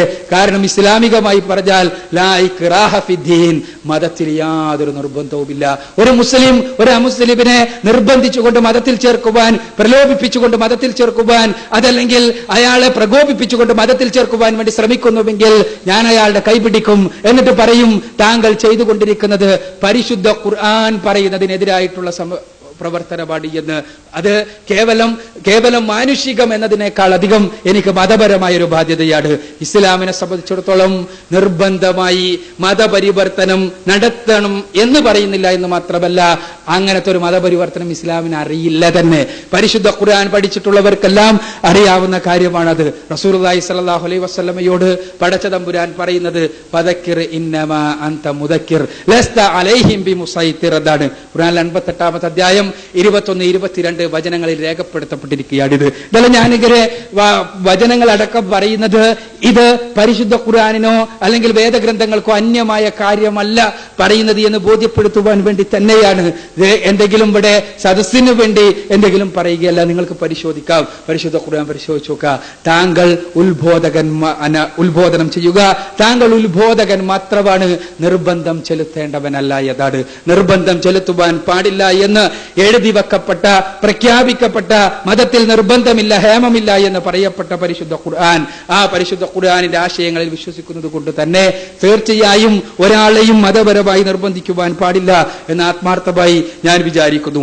എന്നാൽ ഈ ആശയം ശരിയാണ് എന്ന് വിശ്വസിക്കുവാൻ എനിക്ക് സ്വാതന്ത്ര്യമുള്ളതുപോലെ മറ്റൊരാശയം ശരിയാണ് എന്ന് വിശ്വസിക്കുവാൻ മറ്റൊരാൾക്കും സ്വാതന്ത്ര്യമുണ്ട്. പക്ഷെ ആശയപരമായ ചർച്ചകൾ നടക്കണം, സംവാദങ്ങൾ നടക്കണം. സൃഷ്ടിപരമായി മറ്റുള്ളവരുടെ വിശ്വാസത്തെയും ആചാരങ്ങളെയും ആദർശങ്ങളെയുമെല്ലാം തന്നെ നമ്മൾ ബഹുമാനിച്ചുകൊണ്ട് തന്നെയുള്ള സംവാദങ്ങൾ നടക്കണം. അങ്ങനെ സംവാദങ്ങൾ നടക്കുമ്പോൾ ശരിയും തെറ്റും ഉരസി നോക്കി നമുക്ക് ഓരോരുത്തർക്കും സ്വീകരിക്കുവാൻ സാധിക്കുന്ന അവസ്ഥാവിശേഷം ഉണ്ടാകും. അതാണ് ഭാരതീയത്തിന്റെ ദാർശനിക ചരിത്രത്തിൽ ഉണ്ടായിട്ടുള്ളത്. ഇത് ഞാൻ സൂചിപ്പിക്കുന്നത് അടിച്ചേൽപ്പിക്കുക എന്നത് കേവലം വിദേശികൾ മാത്രം ചെയ്തതല്ലല്ലോ. ഭാരതീയ ചരിത്രത്തിൽ നമുക്കറിയാവുന്നതാണല്ലോ ബൗദ്ധ ദർശനത്തിനുണ്ടായ അവസ്ഥ, ജൈന ദർശനത്തിനുണ്ടായ അവസ്ഥ. ഇന്ത്യയിൽ തന്നെ ജനിച്ചു ജീവിച്ചു വളർന്ന ഈ ദർശനത്തിന്റെ വക്താക്കളെ തേടി ഇന്ന് കാഠ്മണ്ഡുവിലേക്ക് പോകേണ്ട അവസ്ഥാവിശേഷം ഉണ്ടാകുന്നുവെങ്കിൽ അതിന് പിന്നിൽ ചരിത്രപരമായ കുറെ കാരണങ്ങൾ കൂടിയില്ലേ എന്ന് ആത്മാർത്ഥമായി നാം ചിന്തിക്കുക. ഇത് കേവലം വിമർശിക്കാൻ വേണ്ടി പറഞ്ഞതല്ല. ഏത് സ്ഥലത്തും ഏതാളുകളും ഈ രൂപത്തിലെല്ലാം ഉണ്ടാകുമെന്നുള്ള വസ്തുത നമ്മൾ മനസ്സിലാക്കാൻ വേണ്ടിയാണ്. ദേശത്തിന്റെയോ ഭാഷയുടെയോ അതല്ലെങ്കിൽ പ്രദേശത്തിന്റെയോ വർഗത്തിന്റെയോ അടിസ്ഥാനത്തിൽ നാം ചിന്തിക്കാതെ മനുഷ്യരെന്നുള്ള നിലക്ക് നാം ചിന്തിക്കുക. മനുഷ്യർക്ക് അത് അമേരിക്കക്കാരനായിരുന്നാലും ഇന്തോനേഷ്യക്കാരനായിരുന്നാലും ഇന്ത്യക്കാരനായിരുന്നാലും പാകിസ്ഥാനിയായിരുന്നാലും എല്ലാവർക്കും സ്വീകരിക്കുവാൻ സാധിക്കുന്ന ധാർമ്മികമായ മാർഗനിർദ്ദേശത്തെക്കുറിച്ച് ആലോചിക്കുക. അവിടെ എല്ലാവർക്കും ഓരോന്നും സമർപ്പിക്കാനുണ്ടാകാം. എന്നെ സംബന്ധിച്ചിടത്തോളം ഞാൻ സൂചിപ്പിച്ചു, ഇസ്ലാമിന്റെ വക്താവ് എന്നുള്ള നിലക്ക് പരിശുദ്ധ ഖുർആൻ തിരുസുന്നത്ത് നിങ്ങളുടെ മുന്നിൽ സമർപ്പിച്ചു കഴിഞ്ഞു. പരിശോധിക്കുക. ഞാൻ പറഞ്ഞല്ലോ, ശാസ്ത്രത്തിന്റെ, സാഹിത്യത്തിന്റെ, ധർമ്മശാസ്ത്രത്തിന്റെ, പ്രവചനങ്ങളുടെ എന്ന് വേണ്ട നിങ്ങൾക്ക് സാധിക്കുന്ന എല്ലാ മാനദണ്ഡങ്ങളും ഉപയോഗിച്ച് പരിശോധിക്കുക. നിങ്ങൾക്ക് പൂർണ്ണമായി ബോധ്യപ്പെടും ഇത് ദൈവം തമ്പുരാനിൽ നിന്ന് അവതരിപ്പിക്കപ്പെട്ടതാണ് എന്ന്. ബോധ്യപ്പെടുമെങ്കിൽ നിങ്ങൾ അതിനെക്കുറിച്ച് പഠിക്കുകയും ഉൾക്കൊള്ളുകയും ചെയ്യുക എന്ന് മാത്രമേ ഈ അവസരത്തിൽ സൂചിപ്പിക്കുവാനുള്ളൂ. ഇവിടെ എനിക്ക് പറയാനുള്ളത്, പരിശുദ്ധ ഖുർആൻ മുന്നോട്ട് വെക്കുന്ന ആശയം ഏതെങ്കിലും പ്രാദേശികമായ ആശയങ്ങളല്ല, മുഴുവൻ ലോകത്തെയും പ്രവാചകന്മാർ മുഴുവനും പഠിപ്പിച്ച ആദർശമാണ്. ആ ആദർശത്തിൽ നിന്ന് ജനങ്ങൾ വ്യതിചലിക്കുകയാണ് ഉണ്ടായത് എന്ന് ഖുർആൻ കൃത്യമായി പഠിപ്പിക്കുന്നു. ആ വ്യതിചലനമായി കൊണ്ടാണ് ബഹുദൈവ ആരാധനയെ പരിശുദ്ധ ഖുർആൻ പരിചയപ്പെടുത്തുന്നത്. ആ ബഹുദൈവ ആരാധന എന്നുള്ള ആശയത്തെ വിമർശിക്കുമ്പോൾ തന്നെ ബഹുദൈവ ആരാധകർക്ക് അങ്ങനെ ആരാധന നടത്തുവാനുള്ള സ്വാതന്ത്ര്യം ഉണ്ട് എന്ന് പറയുകയും അതോടൊപ്പം തന്നെ ആ ബഹുദൈവ ആരാധകരുടെ ആരാധനാമൂർത്തികളെ ചീത്ത പറയാൻ പാടില്ല എന്ന് പഠിപ്പിക്കുകയും ചെയ്യുന്ന ആദർശമാണ് ഇസ്ലാം എന്നുകൂടി നാം മനസ്സിലാക്കുക. ഇസ്ലാമിനെ കുറിച്ച് പഠിക്കുക, മനസ്സിലാക്കുക എന്നൊരിക്കൽ കൂടി അഭ്യർത്ഥിച്ചുകൊണ്ട് ഞാൻ എൻ്റെ വാക്കുകൾ ഉപസംഹരിക്കുകയാണ്. ആഖിറുദഅ്വാനാ അൽഹംദുലില്ലാഹി റബ്ബിൽ ആലമീൻ. അസ്സലാമു അലൈക്കും. ഈ സെഷനുകളിൽ നിങ്ങളുടെ സഹകരണം നന്നായി ലഭിച്ചു. തുടർന്നുള്ള സെഷനിലും കാണികളിൽ നിന്ന് ഈ സഹകരണം ഞങ്ങൾ പ്രതീക്ഷിക്കുകയാണ്. എന്നാൽ മാത്രമേ ഈ പരിപാടി മുന്നോട്ട് കൊണ്ടുപോകാൻ പറ്റുകയുള്ളൂ എന്ന് നിങ്ങൾക്കറിയാം. പൂർണ്ണ സഹകരണം നിങ്ങളിൽ നിന്ന് പ്രതീക്ഷിക്കുന്നു. ഇനിയുള്ള സെഷൻ ക്വസ്റ്റ്യൻ ആൻസർ സെഷനാണ്.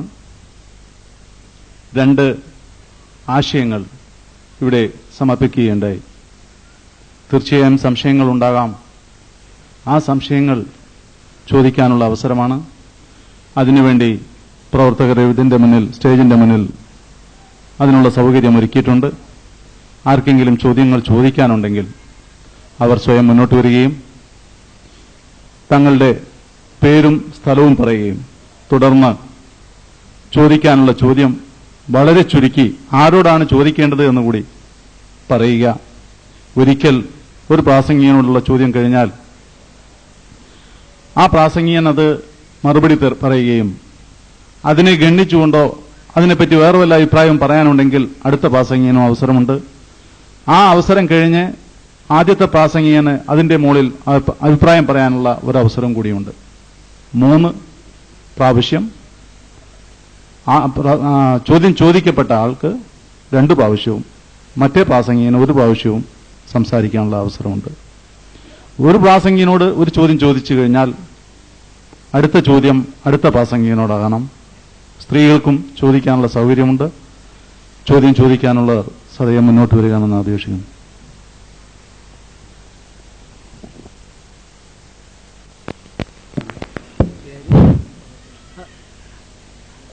ഹലോ, എൻ്റെ പേര് ഡോക്ടർ പി തോമസ് എന്നാണ്. ഞാൻ കൊല്ലത്ത് കടപ്പാക്കട പ്രദേശത്ത് താമസിക്കുന്നു. ആവശ്യമുള്ള എൻ്റെ ഫോൺ നമ്പർ നോട്ട് ചെയ്തോളാം. 766-308. നിങ്ങൾക്ക് ഏത് സമയത്തും എൻ്റെ ഈ നമ്പറിലോ നിങ്ങൾക്ക് വിളിച്ച് ഏത് സമയത്തും ഏതെങ്കിലും സംശയങ്ങളുണ്ടെങ്കിൽ അത് ചോദിക്കാവുന്നതാണ്. അതുകൊണ്ട് ഞാൻ ഈ ചോദ്യം ആദ്യമായിട്ട് മിസ്റ്റർ വിവേകാനന്ദൻ സാറിനോടാണ് ഈ ചോദ്യങ്ങൾ ചോദിക്കാൻ പോകുന്നത്. ബഹുമാനപ്പെട്ട വിവേകാനന്ദൻ സാർ സംസാരിച്ച വിഷയത്തെക്കുറിച്ച് ചില കാര്യങ്ങളെക്കുറിച്ച് ഉപയോഗിച്ച് ചോദിക്കുക. ദയവ് ചെയ്ത് എന്റെ ചോദ്യങ്ങൾ നോട്ട് ചെയ്യുക. അതിനുശേഷം എന്റെ ഉത്തരം തരിക. ലോകത്തിന്റെ ഉൽപ്പത്തി എന്താണ്? ദൈവം എന്ന് വെച്ചാൽ എന്താണ്? ദൈവവും മനുഷ്യനും തമ്മിലുള്ള ബന്ധം എന്താണ്? പാപം എങ്ങനെ ലോകത്ത് വന്നു? സാർ, ഒരു പ്രാവശ്യം ഒരു ചോദ്യം, അല്ലെങ്കിൽ 2 പറഞ്ഞോളൂ. ഇതെല്ലാം കൂടി പറഞ്ഞു കഴിഞ്ഞാൽ പിന്നെ ഇതിന് ഉത്തരം പറയണ്ട. ഒരു പ്രാവശ്യം ഒരു ചോദ്യം, ഒരു ചോദ്യം കഴിഞ്ഞിട്ട് നിങ്ങൾ അടുത്ത ചോദ്യം ചോദിച്ചോളൂ. അപ്പോഴേ വീണ്ടും വീണ്ടും ആ ചോദിക്കാമോ? അടുത്ത ആളുണ്ട്. നിങ്ങൾ 1 2 ചോദ്യം ചോദിക്കും. എല്ലാ ചോദ്യം കൂടി ചോദിച്ച് അവരിത് എഴുതി വെച്ച് ഇതിനെല്ലാം കൂടി മറുപടി പറയാ എന്നുള്ള അസാധ്യമാണ്. That must be do. അതുപോലെ ഈ ജനങ്ങൾ എന്ന് പറയുന്ന അദ്ദേഹം മറ്റൊരാളെ വിഡ്ഢിയാക്കാൻ മുഖത്തിൽ, കാരണം ഇതിന്റെയൊക്കെ അല്ല, അദ്ദേഹം ആരെയും വിഡ്ഢിയാക്കിയിട്ടില്ല. ഞങ്ങൾക്ക് ഇതിൽ ഇടപെടേണ്ട കാര്യം എന്താണെന്ന് വെച്ചാൽ നമ്മളിത് വളരെ സൗഹാർദ്ദപരമായ രീതിയിൽ ഒരുപാട് പേർക്ക് ചോദ്യങ്ങൾ ചോദിക്കാനുണ്ടാകാം. Please here sir. അതുകൊണ്ട് സാറിന് ചോദിക്കാനുള്ള ചോദ്യം 1 2. അല്ലാതെ നിങ്ങളൊരു 10 ചോദ്യം ഇതിനോട് മുഴുവൻ മറുപടി കൊണ്ടുപോകാന്ന് പറഞ്ഞാൽ ഒരു മനുഷ്യനല്ലേ. മാത്രമല്ല, ഈ പരിപാടി നമുക്ക് ഇപ്പൊ തന്നെ 8 മണി കഴിഞ്ഞു. സാർ എന്നാൽ ഒരു ചോദ്യം ചോദിക്കും. ആദ്യം ഒരു ചോദ്യം ചോദിക്കും. വെരി ഇമ്പോർട്ടന്റ് ആയിട്ട് ക്വസ്റ്റ്യൻ ആണ്. വിശുദ്ധ ഖുറാനും ബൈബിളിനെയും സംബന്ധിച്ച് 2 ഗ്രന്ഥങ്ങളിലും സംബന്ധിക്കുന്ന ഒരു ചോദ്യമാണ്. ഹൈന്ദവ വിശ്വാസത്തിൽ വിഗ്രഹാരാധന വിശുദ്ധ ഖുറാനിലും വിശുദ്ധ ബൈബിളിലും വ്യക്തമായിട്ട് പറയുന്നുണ്ട്.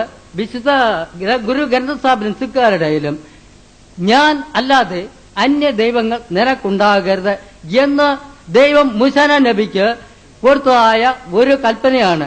ഈ കൽപ്പനയെ മനുഷ്യൻ ലംഘിക്കാനുള്ള അവകാശം, അധികാരം ആര് നൽകി? അതിന്റെ എന്താണ് അതിന്റെ അർത്ഥം?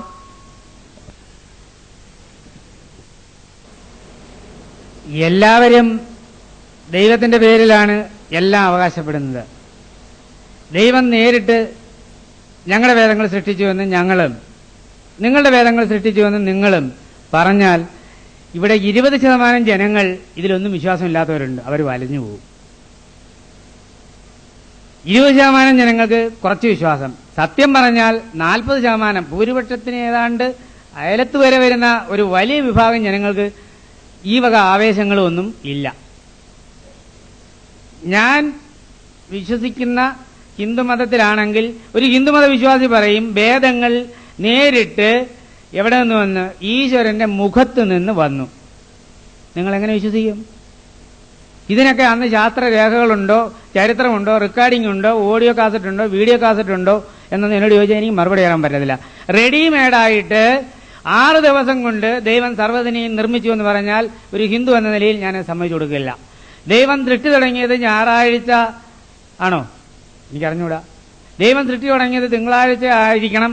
അപ്പൊ 6-ാം ദിവസം എന്നാ? ശനിയാഴ്ച ആണോ? എങ്ങനെയാണ്? സൃഷ്ടിയുടെ 7-ാം ദിവസം വിശ്രമിച്ചുവെങ്കിൽ 7-ാമത്തെ ദിവസം അതാ ശനിയാഴ്ചയാണ്. അപ്പൊ ശനിയാഴ്ച അല്ലേ യഥാർത്ഥത്തിൽ പള്ളി കൊണ്ടുവന്നത്? അല്ലേ? അപ്പൊ ഈ സൃഷ്ടിയുടെ ആദ്യത്തെ ദിവസം തന്നെ വിശ്രമിച്ച ദൈവം അലസനല്ലേ? അലസനല്ലേ? ഞായറാഴ്ചയല്ലേ ദിവസത്തിന്റെ തുടക്കം, രവിവാരം. ഹിന്ദുക്കളെ സംബന്ധിച്ച് അങ്ങനെയുള്ള ദൈവത്വമൊന്നുമില്ല, രവിവാരത്തിന് മാത്രമായിട്ട്. പ്രത്യേകിച്ച് ഞാൻ പറയാം, ഈ കേസ് കൊടുക്കുന്നവർ ഹിന്ദു ആയാലും മറ്റുള്ളവരായാലും അറിയാവുന്നവർ വല്ലതും നിവൃത്തി കൊണ്ട് വെള്ളിയാഴ്ച തന്നെ കൊടുക്കും. അന്ന് കൊടുത്താൽ വിജയിക്കുമെന്നാ. അപ്പൊ വെള്ളിയാഴ്ചക്ക് ഹിന്ദുക്കൾ എന്തോ ഒരു ദിവ്യത്വം കൽപ്പിക്കുന്നു. വെള്ളിയാഴ്ച എന്ന് പറഞ്ഞാൽ വ്യാഴാഴ്ച ഉച്ച കഴിഞ്ഞാൽ വെള്ളിയാഴ്ചയുടെ ഫലം എന്നാ. അപ്പോ ഇന്ന് വ്യാഴാഴ്ചയല്ലേ, നല്ല ദിവസം, ഏതാണ്ട് ഉച്ചയ്ക്ക് ശേഷമാകുമ്പോൾ വെള്ളിയാഴ്ചയുടെ ഫലം തന്നെയാണ് ശുഭകാര്യങ്ങൾക്ക്. അപ്പൊ ഈ ഞായറാഴ്ച ദിവസത്തിന്റെ ആരംഭത്തിൽ തന്നെ വിശ്രമിക്കുന്നു. എങ്ങനെ വിശ്വസിക്കും? അപ്പൊ ഈ റെഡിമെയ്ഡ് ദൈവം എന്നൊന്നും പറഞ്ഞാൽ വിശ്വസിക്കത്തക്കവണ്ണമൊന്നും പറ്റത്തില്ല. കാരണം കോടി ഗ്രന്ഥങ്ങളിലൂടെ ഇതങ്ങ് പറഞ്ഞിരിക്കുകയാണ്. എനിക്ക് സത്യം പറഞ്ഞാൽ ഇനി വെളിവില്ലാതാണ് സംസാരിച്ച നല്ല രൂപ കാര്യങ്ങൾ. 1 മണിക്കൂറിനകത്ത് ഞാൻ എന്തോ ചെയ്യുമെന്നാ? എല്ലാത്തിനും മറുപടി ഉണ്ട്. ഈ ഈശ്വര സങ്കല്പത്തിന്, ബ്രഹ്മത്തിന്, സ്വരൂപത്തിനെല്ലാം ഞങ്ങൾക്ക് മറുപടിയുണ്ട്. അതുകൊണ്ട് ഇപ്പോൾ എന്നെ സുഹൃത്ത് ചോദിച്ച ആ ചോദ്യത്തിന് ഈ പറഞ്ഞതുപോലെ ഈ ദൈവത്തെപ്പറ്റി അദ്ദേഹത്തിന്റെ സങ്കല്പം ഉണ്ടല്ലോ, അതല്ല ഞങ്ങളുടെ സങ്കല്പം. തികച്ചും വ്യത്യസ്തമാണ്. വേദങ്ങൾ ആദ്യമായിട്ട് ശ്രീഹരി വിഷ്ണുവിൽ നിന്നും ബ്രഹ്മാവിനും, ബ്രഹ്മാവിൽ നിന്ന് നാരദർക്കും, നാരദനിൽ നിന്ന് ആർക്കാ? വേദവ്യാസനും, വേദവ്യാസനിൽ നിന്ന് വൈശമ്പായനും, തുടർന്ന് മറ്റ് ചണ്ടില്ലാതെ ശിഷ്യാദികൾക്കും ഉപദേശിക്കപ്പെട്ടുവെന്നും അങ്ങനെ ഇവിടെ ഒരു ഗുരുകുല പാരമ്പര്യം നിലവിൽ വന്നും. അത് ശരിക്കും പറഞ്ഞാൽ ആരുടെ മുഖത്ത് നിന്നാ? ഈശ്വരന്റെ മുഖത്ത് നിന്ന് തന്നെയാണ് വേദങ്ങൾ വന്നതെന്നാണ് ഞങ്ങളും പറയുന്നത്. അപ്പൊ എത്ര വേദങ്ങളുണ്ട്? എന്താണ് ഈ വേദം എന്ന് പറഞ്ഞാൽ അർത്ഥം? വിദ് എന്ന ധാതുവിന് അറിയുക എന്നാണ് അർത്ഥം. വേദം എന്ന് പറഞ്ഞാൽ അറിയാനുള്ളതെന്ന് തന്നെ. എല്ലാവരും പറയുന്നത് ഞങ്ങൾക്ക് മാത്രമേ അറിയിക്കാനുള്ളൂ, ബാക്കിയുള്ളവരുടെ അറിയിപ്പൊന്നും ശരിയല്ലാന്ന്. ഇങ്ങനെ പറഞ്ഞുകൊണ്ടിരുന്ന എന്താണ് നടക്കുക? ഞങ്ങളുടെ കൃതികളിൽ അങ്ങനെ പറയുന്നു, നിങ്ങളുടെ കൃതികളിലേ പറയുന്നുള്ളൂ, ഞങ്ങളുടെ കൃതികളിൽ പറയുന്നില്ലല്ലോ. ഉണ്ടോ? നിങ്ങളുടെ കൃതികളിൽ എങ്ങനെ പറയുന്നു? ദൈവം നേരിട്ട് ബോധിപ്പിച്ചു എന്ന് പറയുന്നു. പക്ഷെ ഞങ്ങളുടെ കൃതികളിൽ പറയുന്നില്ലല്ലോ. ആധുനിക ചരിത്ര മാർഗങ്ങൾ ഉപയോഗിച്ച് ഹൈന്ദവതയെ, ഭാരതീയതയെ പഠിച്ച ആർണോൾഡ് ടോയിൻബിയും എൽ ബാഷോമും ഉൾപ്പെടെയുള്ള ആളുകൾ പറയുന്നു 8000 വർഷത്തിന്റെ പഴക്കം ബൈബിളിനില്ല, ഖുറാനില്ല, ഒന്നിനുമില്ല എന്ന്. ലോകത്തിലെ ആദ്യത്തെ പ്രാമാണിക ഗ്രന്ഥം ഋഗ്വേദമാണെന്ന്. ആ ഋഗ്വേദത്തിൽ പറയുന്ന ബ്രഹ്മം എന്ന് പറയുന്ന അരൂപിയാണ്, അത് നിരാകാരമാണ്, അത് അനന്തമാണ്. പക്ഷെ ഒരു ഭക്തന്റെ നിരന്തരമായ ഉപാസനയിലൂടെ അത് അരൂപിയായി അവന്റെ ആഗ്രഹപ്രകാരം അവതരിപ്പിക്കുമെന്ന് ഞങ്ങളുടെ ആചാര്യന്മാർ എഴുതി വെച്ചിരിക്കുന്നു. ഞാനത് പഠിച്ചിരിക്കുന്നു. പിന്നെ അത് തെറ്റെന്ന് പറഞ്ഞു കഴിഞ്ഞാൽ അത് ശാസ്ത്രീയമായിട്ട് തെളിയിക്കാൻ എന്റെ കയ്യിൽ അത്രത്തോളം ശാസ്ത്രവിജ്ഞാനമില്ല. നിങ്ങൾ പറയുന്നത് നിങ്ങളുടെ ഗ്രന്ഥങ്ങൾ വായിച്ച് ആ അനുഭവം വെച്ച്, ഞാൻ എന്റെ ഗ്രന്ഥങ്ങൾ വെച്ച് വായിച്ച് പറയുന്നു. അതാണ് പൊരുതി ജയിപ്പത് അസാധ്യം. ഇതേ എനിക്ക് പറയാനുള്ളൂ. എന്റേത് മാത്രമാണ് ഈ സ്വർഗത്തിലേക്കുള്ള വഴി, എന്റെ പുരോഹിതനിലൂടെയാണ്, എന്റെ ദേവാലയത്തിലൂടെ മാത്രമാണെന്ന് പറയുന്നതിനോടെ ഉള്ളു ഞങ്ങൾ എതിർപ്പ്. അതാണ് ഞാൻ പറഞ്ഞത്. എന്താണ്? വിപ്രാ ബഹുധാ വദന്തി, പല മാർഗങ്ങൾ ദൈവത്തിലെത്താൻ.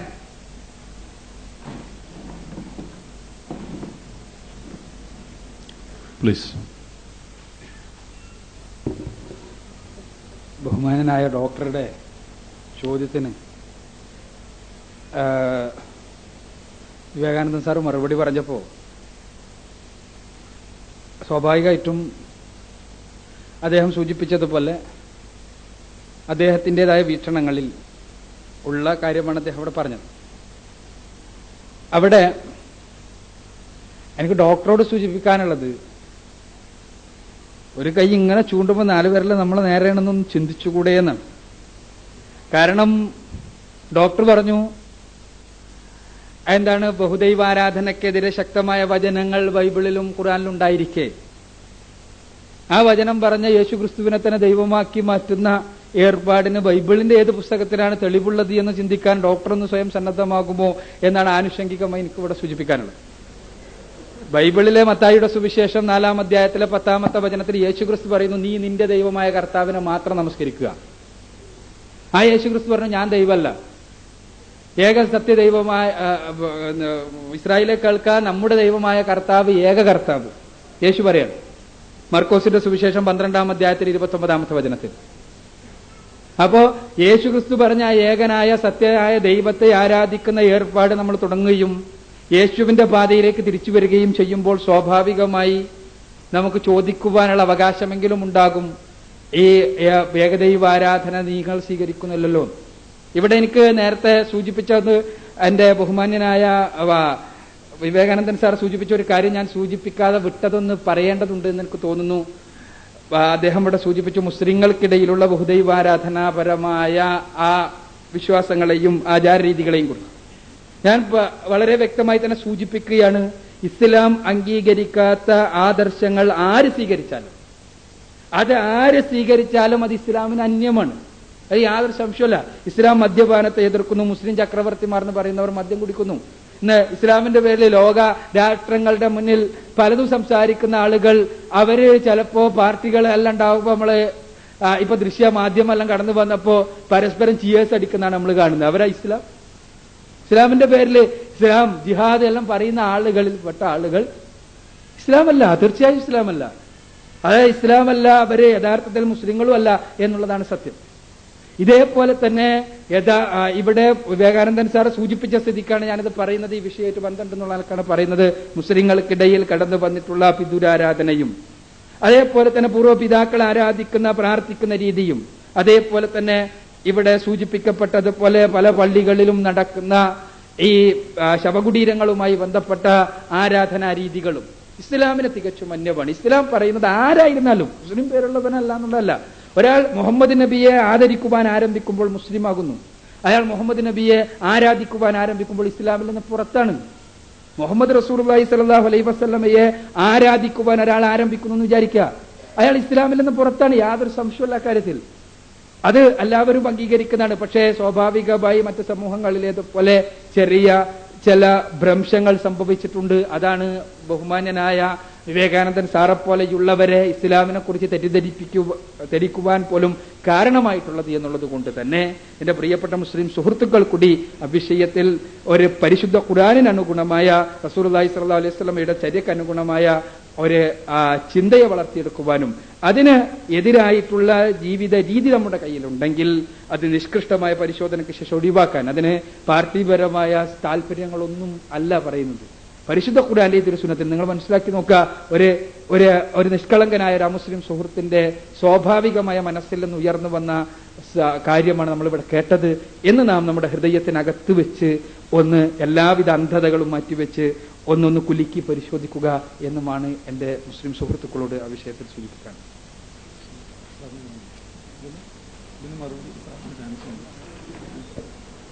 അല്ലെങ്കിൽ അവർ പറഞ്ഞോട്ടെ.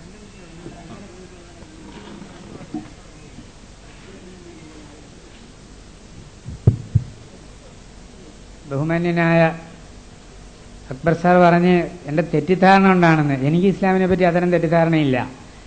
കാരണം ബിംബാരാധന അംഗീകരിക്കുന്നില്ല എന്ന് എനിക്കറിയാം. ഇങ്ങനെ കാണുന്നു, അതെന്താണെന്ന് ചോദിച്ചു എന്നുള്ളതേ ഉള്ളു. അനിസ്ലാമികമാണ് അതെന്നുള്ളത് എനിക്ക് അറിയാം, അറിഞ്ഞുകൊണ്ട് തന്നെയാണ്. അല്ലാതെ എനിക്ക് തെറ്റിദ്ധാരണയൊന്നുമില്ല.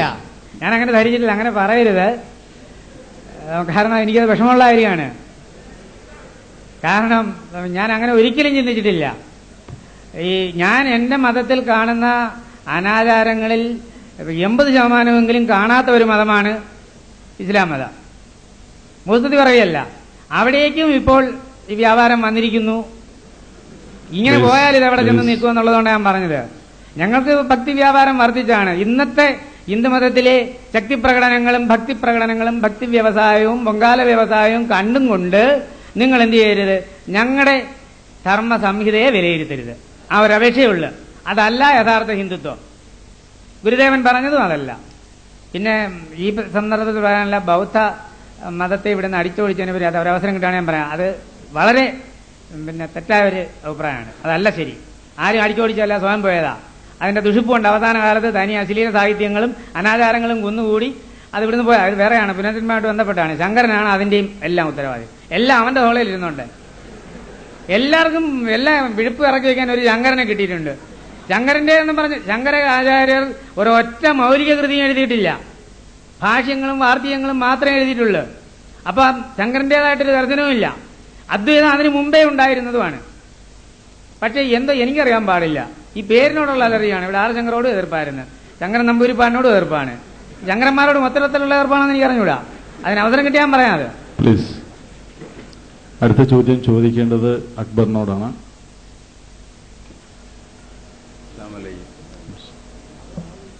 ഈ നമ്മൾ പേര് അജിംഷാദ് മൂന്നാംകുറ്റി. നമ്മൾ മദ്യം കഴിക്കുമ്പോൾ മദ്യം കഴിക്കുന്ന ഒരാൾ, സ്ഥിരമായി മദ്യം കഴിക്കുന്ന ഒരാൾ മദ്യം കഴിച്ചില്ലെങ്കിൽ കൈ വിറയ്ക്കും, വിഡ്രോവൽ സിംറ്റംസ് കാണിക്കും.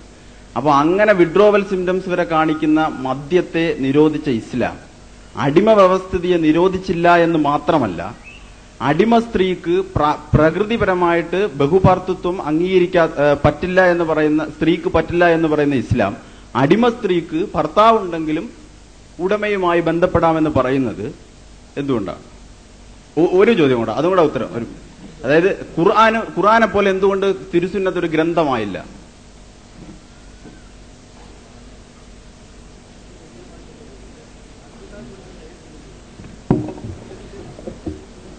സുഹൃത്തിന്റെ ചോദ്യം, മദ്യം നിരോധിച്ച ഇസ്ലാം എന്തുകൊണ്ട് അടിമത്വം നിരോധിച്ചില്ല, അടിമ സ്ത്രീയുമായി ബന്ധപ്പെടുന്നതിന് ഇസ്ലാം എന്തുകൊണ്ട് നിരോധിച്ചില്ല? വളരെ വിശദമായി ഉത്തരം പറയേണ്ട ഒരു വിഷയമാണ്, പലതവണ ഉത്തരം പറഞ്ഞിട്ടുള്ളതാണ്. എങ്കിലും സുഹൃത്ത് ഇതേപോലുള്ളൊരു വേദിയിൽ ചോദിച്ച സ്ഥിതിക്ക് വിഷയം പറയാം. അടിമത്വം ഒരു സാമൂഹിക പ്രതിഭാസമാണ്. അത് സമൂഹത്തിന്റെ സാമ്പത്തികവും സാമൂഹികവുമായ ഒരുപാട് തലങ്ങളുള്ള, മാനങ്ങളുള്ള ഒരു പ്രതിഭാസമാണ്. അതിന് ഒരു മനോതലമുണ്ട്, ഒരു സാമൂഹ്യ തലമുണ്ട്. ആ മാനസിക തലത്തെ പരിഗണിക്കാതെ സാമൂഹിക തലത്തെ മാത്രം പരിഗണിച്ചാൽ ആ അടിമത്തം ഇല്ലാതെയാക്കുക എന്നുള്ളത് സ്വാഭാവികമായി സംഭവിക്കില്ല. കാരണം അടിമ ഉടമ മനസ്സുകളുടെ വ്യതിരിക്തതയുണ്ട്. ഇപ്പൊ നമുക്ക് തന്നെ അറിയാം, അബ്രഹാം ലിങ്കന്റെ കാലത്ത് അമേരിക്കയിൽ ഒരു ഓർഡിനൻസ് വഴി അടിമത്തം പെട്ടെന്ന് നിരോധിച്ചു. നിരോധിച്ചപ്പോ സ്വാഭാവികമായി അടിമകൾ റോട്ടിലിറങ്ങി കുറെ വിളികളുമായി നടന്നു, സ്വാതന്ത്ര്യം ആഘോഷിച്ചു. കുറെ കഴിഞ്ഞു അവര് ഭക്ഷണം ആവശ്യമുള്ള സമയത്ത് പരസ്പരം നോക്കി, നമുക്ക് റൊട്ടി വേണം, എന്ത് ചെയ്യണം? അവർക്ക് സ്വയം അധ്വാനിക്കാൻ അറിയില്ല. ഉടമയുടെ, അതല്ലെങ്കിൽ ഉടമയുടെ കുങ്കാണിയുടെ ചാട്ടവാറടി ശബ്ദത്തിനനുസരിച്ച് മാത്രം അധ്വാനിക്കാൻ അറിയുന്ന മാനസികാവസ്ഥയുള്ളവർ. അവർ തിരിച്ചു ചെന്ന ഉടമകളുടെ അടുത്തേക്ക് ഞങ്ങളെ തിരിച്ചെടുക്കണമെന്ന് പറഞ്ഞു. ഇത് സ്വാഭാവികമായി ഒരു വസ്തുത നമുക്ക് മനസ്സിലാക്കി തരുന്നു. അടിമ ഉടമ മാനസിക വ്യത്യാസങ്ങളെ പൂർണ്ണമായി ഇല്ലാതാക്കുകയാണ് ആദ്യമായി ആവശ്യമെന്ന്. ഇസ്ലാം അടിമത്വത്തിന്റെ വിഷയത്തിൽ പുതുതായി ഒരു കാര്യം കൽപ്പിക്കുകയല്ല, നിലവിലുള്ള ഒരു വ്യവസ്ഥിതിയെ, ആ വ്യവസ്ഥിതിയെ ഇല്ലാതെയാക്കുവാൻ ആവശ്യമായ പ്രായോഗികമായ കർമ്മ പദ്ധതികൾ ആവിഷ്കരിക്കുകയാണ് ചെയ്തത്. അതെങ്ങനെയാണ്? ഒന്നാമതായി, അടിമയും ഉടമയും സഹോദരന്മാരാണ് എന്നുള്ള ബോധമുണ്ടാക്കി. അവിടെ ജന്മത്തിന്റെ അടിസ്ഥാനത്തിൽ യാതൊരു രീതിയിലുമുള്ള ഉച്ചനീചത്വങ്ങളില്ല എന്ന ബോധം ഖുർആനിലെ 49-ാം അധ്യായം സൂറത്ത് ഗുജറാത്തിലെ 13-ാമത്തെ വചനം വഴിയും മറ്റൊട്ടനവധി വചനങ്ങൾ വഴിയും കൃത്യമായി അടിമ ഉടമകൾ തമ്മിലുള്ള മാനസിക വ്യത്യാസത്തിന്റെ തോതില്ലാതെയാക്കി. രണ്ടാമതായി, അടിമ എന്നത് ഉടമയുടെ ഒരു സ്വത്താണ്. അടിമ വ്യവസ്ഥിതിയിലാണ് ഞാൻ പറയുന്നത്. ആ സ്വത്ത് എന്നുള്ള അവസ്ഥയിൽ നിന്ന് മാറി അടിമ ഉടമക്ക് പടച്ചതമ്പുരാൻ നൽകിയിട്ടുള്ളൊരു അമാനത്ത്, ഒരു കാത്തു സൂക്ഷിപ്പാണ് എന്ന ബോധമുണ്ടാക്കി. എന്നിട്ട് പറഞ്ഞു, അടിമ അയാൾക്ക് അവകാശങ്ങളുണ്ട്. അയാൾക്ക് അവകാശങ്ങളുണ്ട്. ആ അവകാശം എന്താണ്? കൃത്യമായി പറഞ്ഞു, നീ ഉടുക്കുന്നത് പോലെ നീ ഉടുക്കുമ്പോൾ അവനെ ഉടുപ്പിക്കുകയും നീ കഴിക്കുമ്പോൾ അവനെ കഴിപ്പിക്കുകയും അവന് മാന്യമായ വാസസ്ഥലം നൽകുകയും ചെയ്യണം. അപ്പൊ അടിമക്ക് അവകാശം ഉണ്ടാവുകയാണ്. ഒരു അടിമക്ക് ചോദിക്കാൻ ആരുമില്ല. അടിമക്ക് മാതാപിതാക്കളില്ല. മുതലാളിയാണ്, അടിമയുടെ ഉടമസ്ഥനാണ് എല്ലാ രീതിയിലും അടിമയുടെ മേൽക്കോയ്മ. ചോദിക്കാൻ ആളില്ല. അയാളെ എന്തും ചെയ്യാം. കാരണം ഇയാളുടെ ഒരു മുതലാണല്ലോ, ഒരു സ്വത്താണ്. കന്നുകാലികളെ ചെയ്യുന്നത് പോലെ എന്തും ചെയ്യാം. പ്രവാചകൻ പറഞ്ഞു പാടില്ല. അടിമയെ ആരെങ്കിലും വധിച്ചാൽ അയാളെ ഞാൻ തിരിച്ചു വധിക്കും. അടിമകളെ ആരെങ്കിലും ഷണ്ടന്മാരാക്കിയാൽ ഞാൻ അയാളെ തിരിച്ച് ഷണ്ടനാക്കും. അടിമകൾക്ക് ആരെങ്കിലും ശരീരത്തിൽ അംഗവിച്ഛേദം നടത്തിയാൽ അയാളെ ഞാൻ തിരിച്ച് അംഗവിച്ഛേദം നടത്തും. അവിടെ എന്താണ്? അടിമക്ക് ചോദിക്കാൻ ആളുണ്ടാവുകയാണ്. അടിമയുടെ മാനസിക നില ഉയർത്തിക്കൊണ്ടുവരുന്ന രീതിയാണ് ഞാൻ പറയുന്നത്. ചോദിക്കാൻ ആളുണ്ടാകുന്നു. ഇനി അടിമ മോചനത്തിന് ഇസ്ലാം 3 മാർഗങ്ങൾ ഉണ്ടാക്കി. ഒന്ന്, അടിമമോചനം ഒരു വലിയ പുണ്യകർമ്മമായി പ്രഖ്യാപിച്ചു. ഖുർആനിലുടനീളം നമുക്ക് കാണാൻ സാധിക്കും. ഫക്കു റഖബ, എന്താണ്? അടിമമോചനമാണ് അത് ഏറ്റവും വലിയൊരു പുണ്യകർമ്മം. അടിമമോചനം ഒരു വലിയ പുണ്യകർമ്മമായി പ്രഖ്യാപിച്ചു. അതോടൊപ്പം തന്നെ ഈ അടിമകളെ മോചിപ്പിക്കുവാൻ സന്നദ്ധമല്ലാത്ത ആളുകൾക്ക് സംഭവിക്കാവുന്ന ചെറിയ തെറ്റുകളിൽ പല തെറ്റുകൾക്കുമുള്ള പ്രായശ്ചിത്തമായി അടിമമോചനം നിശ്ചയിച്ചു. ഇപ്പോ സാക്ഷ്യം അല്ലെങ്കിൽ വാഗ്ദത്തം അനിവാര്യമായ ഒരവസ്ഥയിൽ വാഗ്ദത്തം ലംഘിക്കേണ്ടി വന്നാൽ എല്ലാമുള്ള പ്രായശ്ചിത്തമായി അടിമമോചനം നിശ്ചയിച്ചു. ഇങ്ങനെയല്ല അടിമമോചനത്തിന്റെ വാതിലുകൾ തുറന്നു വെച്ചു. അതോടൊപ്പം ഒരടിമക്ക് ഈ മാനസികാവസ്ഥ ഉയർത്തിക്കൊണ്ടുവന്നതിന് ശേഷം മോചനം ആവശ്യമുണ്ട് എന്ന് തോന്നിയാൽ, എനിക്ക് സ്വതന്ത്രനാണെന്ന് തോന്നി, ഞാനൊരു അടിമയാണ് എങ്കിൽ അതിന് ഇസ്ലാമികമായ സാമൂഹ്യ സംവിധാനത്തിൽ നിർബന്ധമായ അയാൾക്ക് അങ്ങനെ സ്വാതന്ത്ര്യം നേടാൻ ആവശ്യമായ പൂർണ്ണമായ സംവിധാനം ഉണ്ടാക്കി. എന്താണത്? അത് ഞാൻ എന്റെ ഉടമയോട് പോയി പറയുന്നു, എനിക്ക് സ്വാതന്ത്ര്യം ആവശ്യമുണ്ട്. അങ്ങനെ ഉടമയും ഞാനും തമ്മിൽ ഒരു കരാറുണ്ടാക്കുന്നു. എന്താണ്? 6 മാസം അതല്ലെങ്കിൽ 1 വർഷം. ആ സമയത്ത് എന്നെ സ്വതന്ത്രനായി വിടുക. ഒരു എമൗണ്ട്, മോചനദ്രവ്യം, ആ എമൗണ്ട് ഞാൻ നേടിയെടുക്കുന്നു. ഞാൻ സ്വയം അധ്വാനിച്ചിട്ട് നേടിയെടുത്ത എമൗണ്ട് കൊടുക്കുന്നത് വഴി എന്താവുന്നു? ഞാൻ സ്വതന്ത്രനാകുന്നു.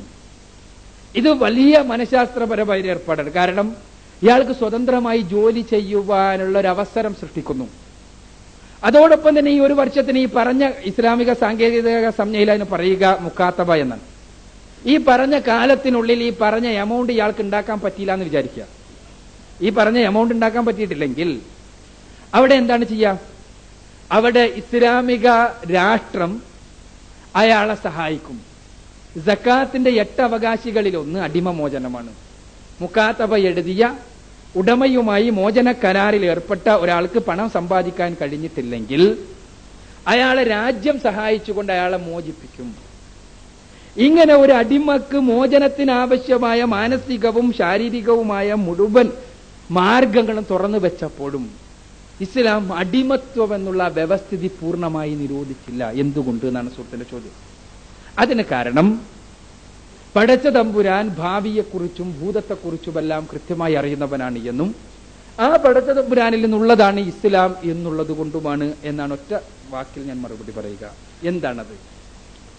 അടിമത്വം ഏകപക്ഷീയമായി ഇസ്ലാമിന് നിരോധിക്കാൻ കഴിയില്ല.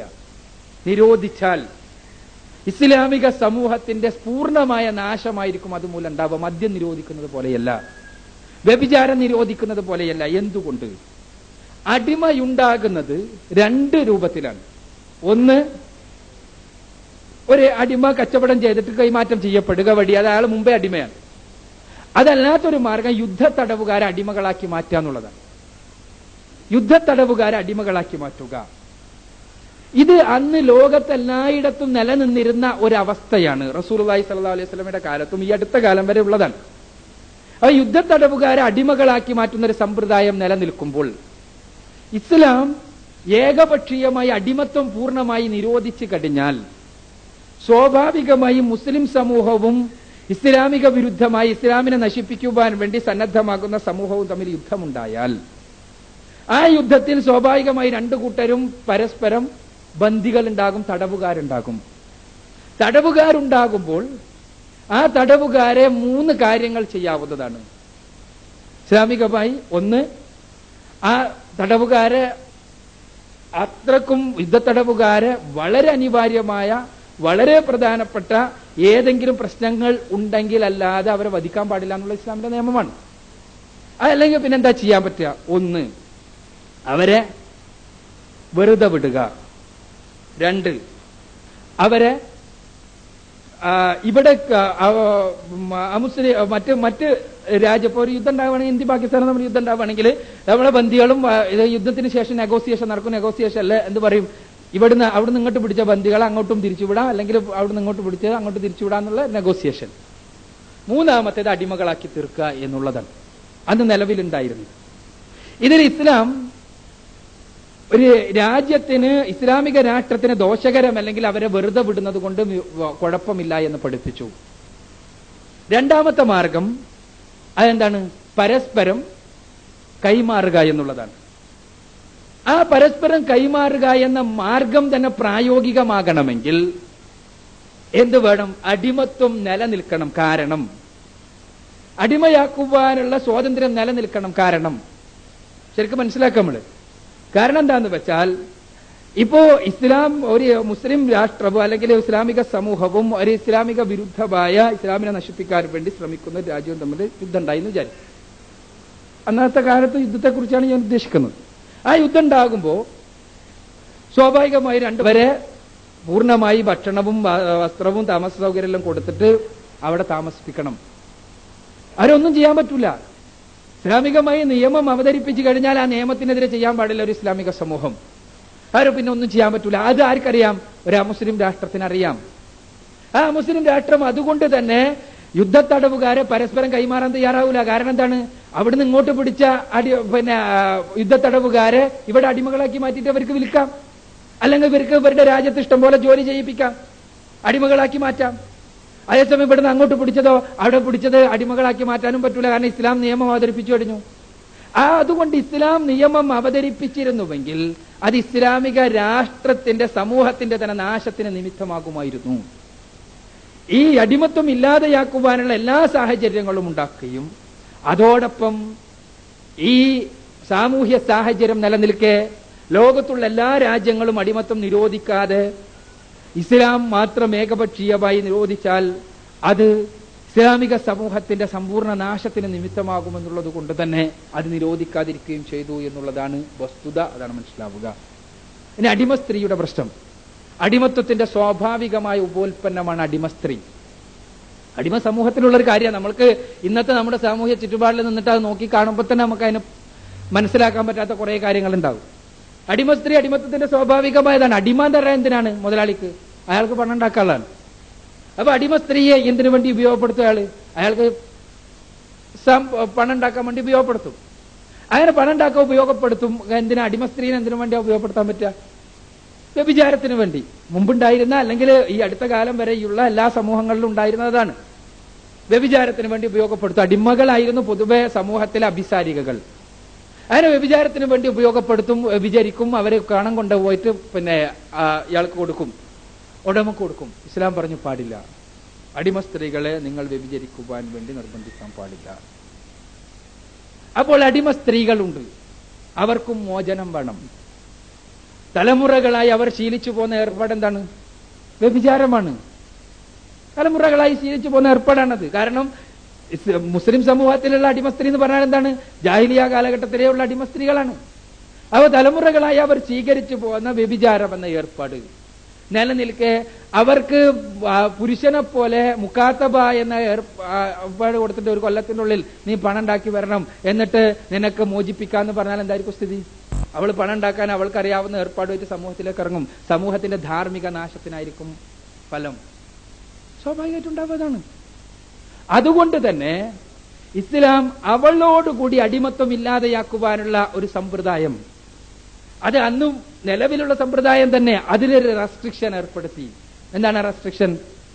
അന്ന് സ്വാഭാവികമായിട്ടും എന്റെ കീഴിലുള്ള അടിമ എന്ന് പറഞ്ഞാൽ, അടിമ സ്ത്രീ എന്ന് പറഞ്ഞാൽ അന്ന് നിലവിലുള്ളത് എന്താണ്? അവളുമായി എനിക്കും ബന്ധപ്പെടാം, എല്ലാവർക്കും ബന്ധപ്പെടാം. പുറത്ത് അവർ ബന്ധപ്പെടുമ്പോൾ അതുകൊണ്ട് അവൾക്ക് കിട്ടുന്ന സമ്പത്ത് എനിക്ക് കൊണ്ടുവന്ന് തരണം എന്നുള്ളതാണ് നിയമം. അത് അടിമ വ്യവസ്ഥിതി നിലനിൽക്കുന്ന സമൂഹത്തിലുള്ള നിയമമാണ്. ഇസ്ലാം പറഞ്ഞു വ്യഭിചാരം പാടില്ല. അവിടെ ബന്ധപ്പെടുക എന്നത്, ഈ ബന്ധത്തിൽ കുഞ്ഞുണ്ടാവുകയാണെങ്കിലോ, ഇങ്ങനെ എല്ലാവരുമായി ബന്ധപ്പെടുമ്പോൾ സ്വാഭാവികമായിട്ടും വ്യഭിചരിക്കുകയാണെങ്കിൽ അന്നത്തെ അവസ്ഥയിൽ പിന്നെ വ്യാപകമായ ഗർഭനിരോധന മാർഗങ്ങളൊന്നും നിലവിലില്ലാത്ത സാഹചര്യത്തിൽ സ്വാഭാവികമായിട്ടുണ്ടാവും എന്താണ്, അവര് ഗർഭിണികളാകും. ഗർഭിണികളായി കുഞ്ഞുങ്ങളാകുമ്പോഴോ കുഞ്ഞുങ്ങളും അടിമകൾ. ആ തലമുറകളായി നിലനിൽക്കുന്ന അടിമത്വം നിലനിന്ന് പോവാണ്. അപ്പോ ഇസ്ലാം പറഞ്ഞു പാടില്ല, വ്യഭിചാരത്തിന് വിടാൻ പാടില്ല. പിന്നെ എന്തേ പാടൂ? നിനക്ക് ഉടമക്ക് അവളുമായി ബന്ധപ്പെടാം, എന്നാൽ അവളിൽ കുഞ്ഞുണ്ടാകുന്നതോടുകൂടി ആ കുഞ്ഞ് നിന്റെ കുഞ്ഞാണ്. അയാൾക്ക് നിന്റെ കുഞ്ഞിന്റെ എല്ലാ അവകാശങ്ങളുമുണ്ട്.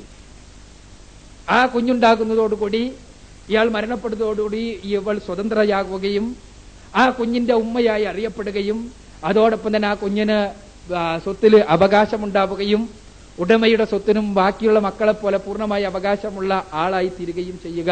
ഒരൊറ്റ തലമുറയോടുകൂടി അടിമത്വം ഈ സ്ത്രീയിലൂടെ അവസാനിക്കുക എന്നുള്ളതാണ് ഇതിന്റെ ഫലം. ഒരിക്കലും ഇസ്ലാം ഒരടിമ സ്ത്രീ വിവാഹിതയാണെങ്കിൽ വിവാഹം ചെയ്യപ്പെട്ട അടിമകളുണ്ട്. അടിമ സ്ത്രീകളെ വിവാഹം ചെയ്തു കൊടുക്കാൻ ഖുർആൻ പ്രോത്സാഹിപ്പിക്കുന്നുണ്ട്. അടിമ സ്ത്രീ വിവാഹിതയാണെങ്കിൽ അവളുമായി ബന്ധപ്പെടാൻ ഇസ്ലാം എവിടെയും പറഞ്ഞിട്ടില്ല. അത് തെറ്റിദ്ധാരണയാണ്. ഭൗതികവാദികൾ വ്യാപകമായി പ്രചരിപ്പിക്കുന്ന ഒരു തെറ്റിദ്ധാരണ മാത്രമാണ് എന്ന് മനസ്സിലാക്കുക. ഇതാണ് അവസ്ഥ. അഥവാ അടിമത്വം നിലനിൽക്കുന്ന ഒരു സാമൂഹ്യ സാഹചര്യത്തിൽ ആ അടിമത്വം ഒരു തലമുറയോടുകൂടി ഇല്ലാതെയാക്കുവാൻ കൃത്യമായി ശാസ്ത്രീയമായിട്ടുള്ള ഒരു മാർഗമായിട്ടാണ് ഇസ്ലാം പഠിപ്പിച്ചത്. അത് അല്ലാത്തൊരു മാർഗം ഭൗതികവാദികൾ പലപ്പോഴും ഇസ്ലാമിനെതിരെ വിമർശിക്കാറുണ്ടത്.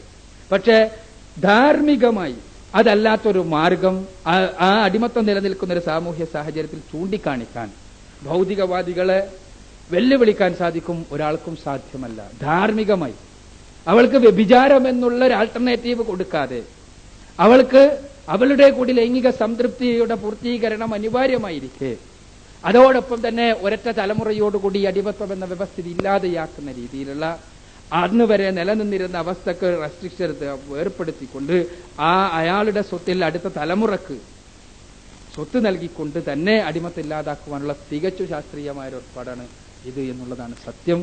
അത് മനസ്സിലാക്കാത്തത് കൊണ്ട് അറിയാത്തത് കൊണ്ട് സംഭവിക്കുന്ന അബദ്ധമാണ് എന്നാണ് സൂചിപ്പിക്കുന്നത്. എന്തായിരുന്നു രണ്ടാമത്തെ ചോദ്യം? ഖുർആൻ പോലെ സുന്നത്ത് ക്രോഡീകരിക്കപ്പെട്ടില്ല എന്ന്. ഖുർആൻ പോലെ തന്നെ അല്ല സുന്നത്ത് ക്രോഡീകരിച്ചത്. സുന്നത്ത് വളരെ ഒരു വ്യക്തിയുടെ ജീവിതചര്യയായതുകൊണ്ട് തന്നെ അത് ഖുർആൻ പടച്ച തമ്പുരാന്റെ വചനങ്ങളാണ്. ആ വചനങ്ങൾ അത് അവതരിപ്പിക്കപ്പെട്ട സമയത്ത് തന്നെ എഴുതി വെക്കുകയും അത് ആളുകൾ കാണാപ്പാഠം പഠിക്കുകയും ചെയ്തുകൊണ്ട് അടുത്ത തലമുറയിലേക്ക് ഇങ്ങനെ സന്നിവേശിക്കുകയാണ് ചെയ്തത്. എന്നാൽ റസൂലുള്ളാഹി സ്വല്ലല്ലാഹു അലൈഹി വസല്ലമയുടെ സുന്നത്ത് ഒരു വ്യക്തിയുടെ ജീവിതമാണ്. ആ വ്യക്തിയുടെ ജീവിതത്തിന്റെ എല്ലാ വശങ്ങളും പല വശങ്ങളും കണ്ട പലരുമുണ്ട്. ആ പല വശങ്ങളും കണ്ട പലരെയും ആ വശങ്ങൾ കണ്ട ആളുകളുടെ വിശ്വാസ്യത കൂടി രേഖപ്പെടുത്തിക്കൊണ്ടാണ് സംരക്ഷിക്കപ്പെട്ടിട്ടുള്ളത്. ഇപ്പൊ പ്രവാചകന്റെ പേര് ഖുർആനിലൊരു ആയത്ത് ആരോപിക്കാൻ സാധ്യമല്ല, കാരണം കൃത്യമായി എഴുതപ്പെട്ടിട്ടുണ്ട്. പ്രവാചകന്റെ പേരിൽ ചിലപ്പോ ഇതേപോലെയല്ലല്ലോ, കാരണം ഒരു വ്യക്തിയുടെ പല ഭാഗങ്ങൾ പലരും കാണല്ലേ. അപ്പൊ അതുകൊണ്ട് തന്നെ ഇപ്പോൾ ഒരാൾക്ക് പറയാം പ്രവാചകൻ ഇന്നത് ചെയ്തതായിട്ട് ഇന്നാള് പറഞ്ഞിട്ട് 14 നൂറ്റാണ്ടിലെ തലമുറ പറഞ്ഞിട്ട് ഞാൻ കേട്ടിട്ടുണ്ട് എന്നൊരാൾ വാദിക്കുകയാണെന്ന് വിചാരിച്ചു. എന്നാൽ ഇസ്ലാമിൽ ഹദീസ് നിദാന ശാസ്ത്രപദ ശാസ്ത്രമുണ്ട്, ഉസൂലുൽ ഹദീസ് എന്ന് പറയും. ആ ഹദീസ് നിദാന ശാസ്ത്രം പരിശോധിച്ചാൽ ഇതിലെ ഈ തലമുറയിൽ ഒരാൾക്ക് പ്രവാചകന്റെ പേരിൽ കളവ് പറഞ്ഞാൽ ആ കളവ് കൃത്യമായി കണ്ടെത്താൻ, കൃത്യമായി ശാസ്ത്രീയമായി വിശദീകരിക്കണമെങ്കിൽ ബോർഡും ജോക്കലും വേണം, ശാസ്ത്രീയമായി കണ്ടെത്താൻ കഴിയുന്നുള്ളതാണ് സത്യം. പ്രവാചകന്റെ പേരിൽ ഒരു കളവും പറയാൻ സാധ്യമല്ലാത്ത വിധത്തിലാണ് പ്രവാചകൻ സല്ലല്ലാഹു അലൈഹി വസല്ലമയുടെ കളവ് പറഞ്ഞാൽ കണ്ടെത്താൻ പറ്റുന്ന രീതിയിലാണെന്നാണ് ഞാൻ അർത്ഥമാക്കുന്നത്. അല്ല ഒരാൾ കളവ് അറിയണമെന്ന് തീരുമാനിച്ചാൽ പ്രവാചകൻ പറഞ്ഞു എന്ന് പറഞ്ഞിട്ട് ഞാനാണ് പറയാൻ വിചാരിച്ചു, അത് പിടിച്ചേക്കാൻ ആർക്കും പറ്റൂല. അത് അതേപോലല്ല ഞാൻ പറഞ്ഞത്. മറിച്ച് അങ്ങനെ ആരെങ്കിലും പറഞ്ഞാൽ അത് കണ്ടെത്തുവാൻ കൃത്യമായി സാധിക്കുന്ന രീതിയിലാണ് വളരെ ശാസ്ത്രീയമായി ആ പറഞ്ഞ വ്യക്തിയുടെയും ആ ചെയിനിന്റെ ഓരോരുത്തരുടെയും ചരിത്രം രേഖപ്പെടുത്തിക്കൊണ്ട് തന്നെയാണ് ഇത് ഹദീസുകൾ രേഖപ്പെടുത്തപ്പെട്ടുള്ളത്. ഹദീസ് ഒരുപാട് കിതാബുകളിലായിട്ടാണുള്ളതെന്ന് മാത്രമേ ഉള്ളൂ. ഹദീസുകളുടെ രീതി അതാണ്. ഒരു പ്രവാചകന്റെ ജീവിതം, ഒരു വ്യക്തിയുടെ ജീവിതത്തെക്കുറിച്ചുള്ള വ്യത്യസ്ത വീക്ഷണങ്ങളിലൂടെയുള്ള പിന്നെ വ്യത്യസ്ത സമയങ്ങളിലുള്ള വീക്ഷണങ്ങളാണ്. അത് സ്വാഭാവികമായിട്ടും അത് രേഖപ്പെടുത്തിയത് വളരെ ശാസ്ത്രീയമാണ് എന്ന് മനസ്സിലാക്കുക. വിശദമായി നിങ്ങൾക്ക് ഉസൂൽ ഹദീസിന്റെ ഗ്രന്ഥങ്ങൾ വായിച്ചാൽ മനസ്സിലാക്കാൻ കഴിയും.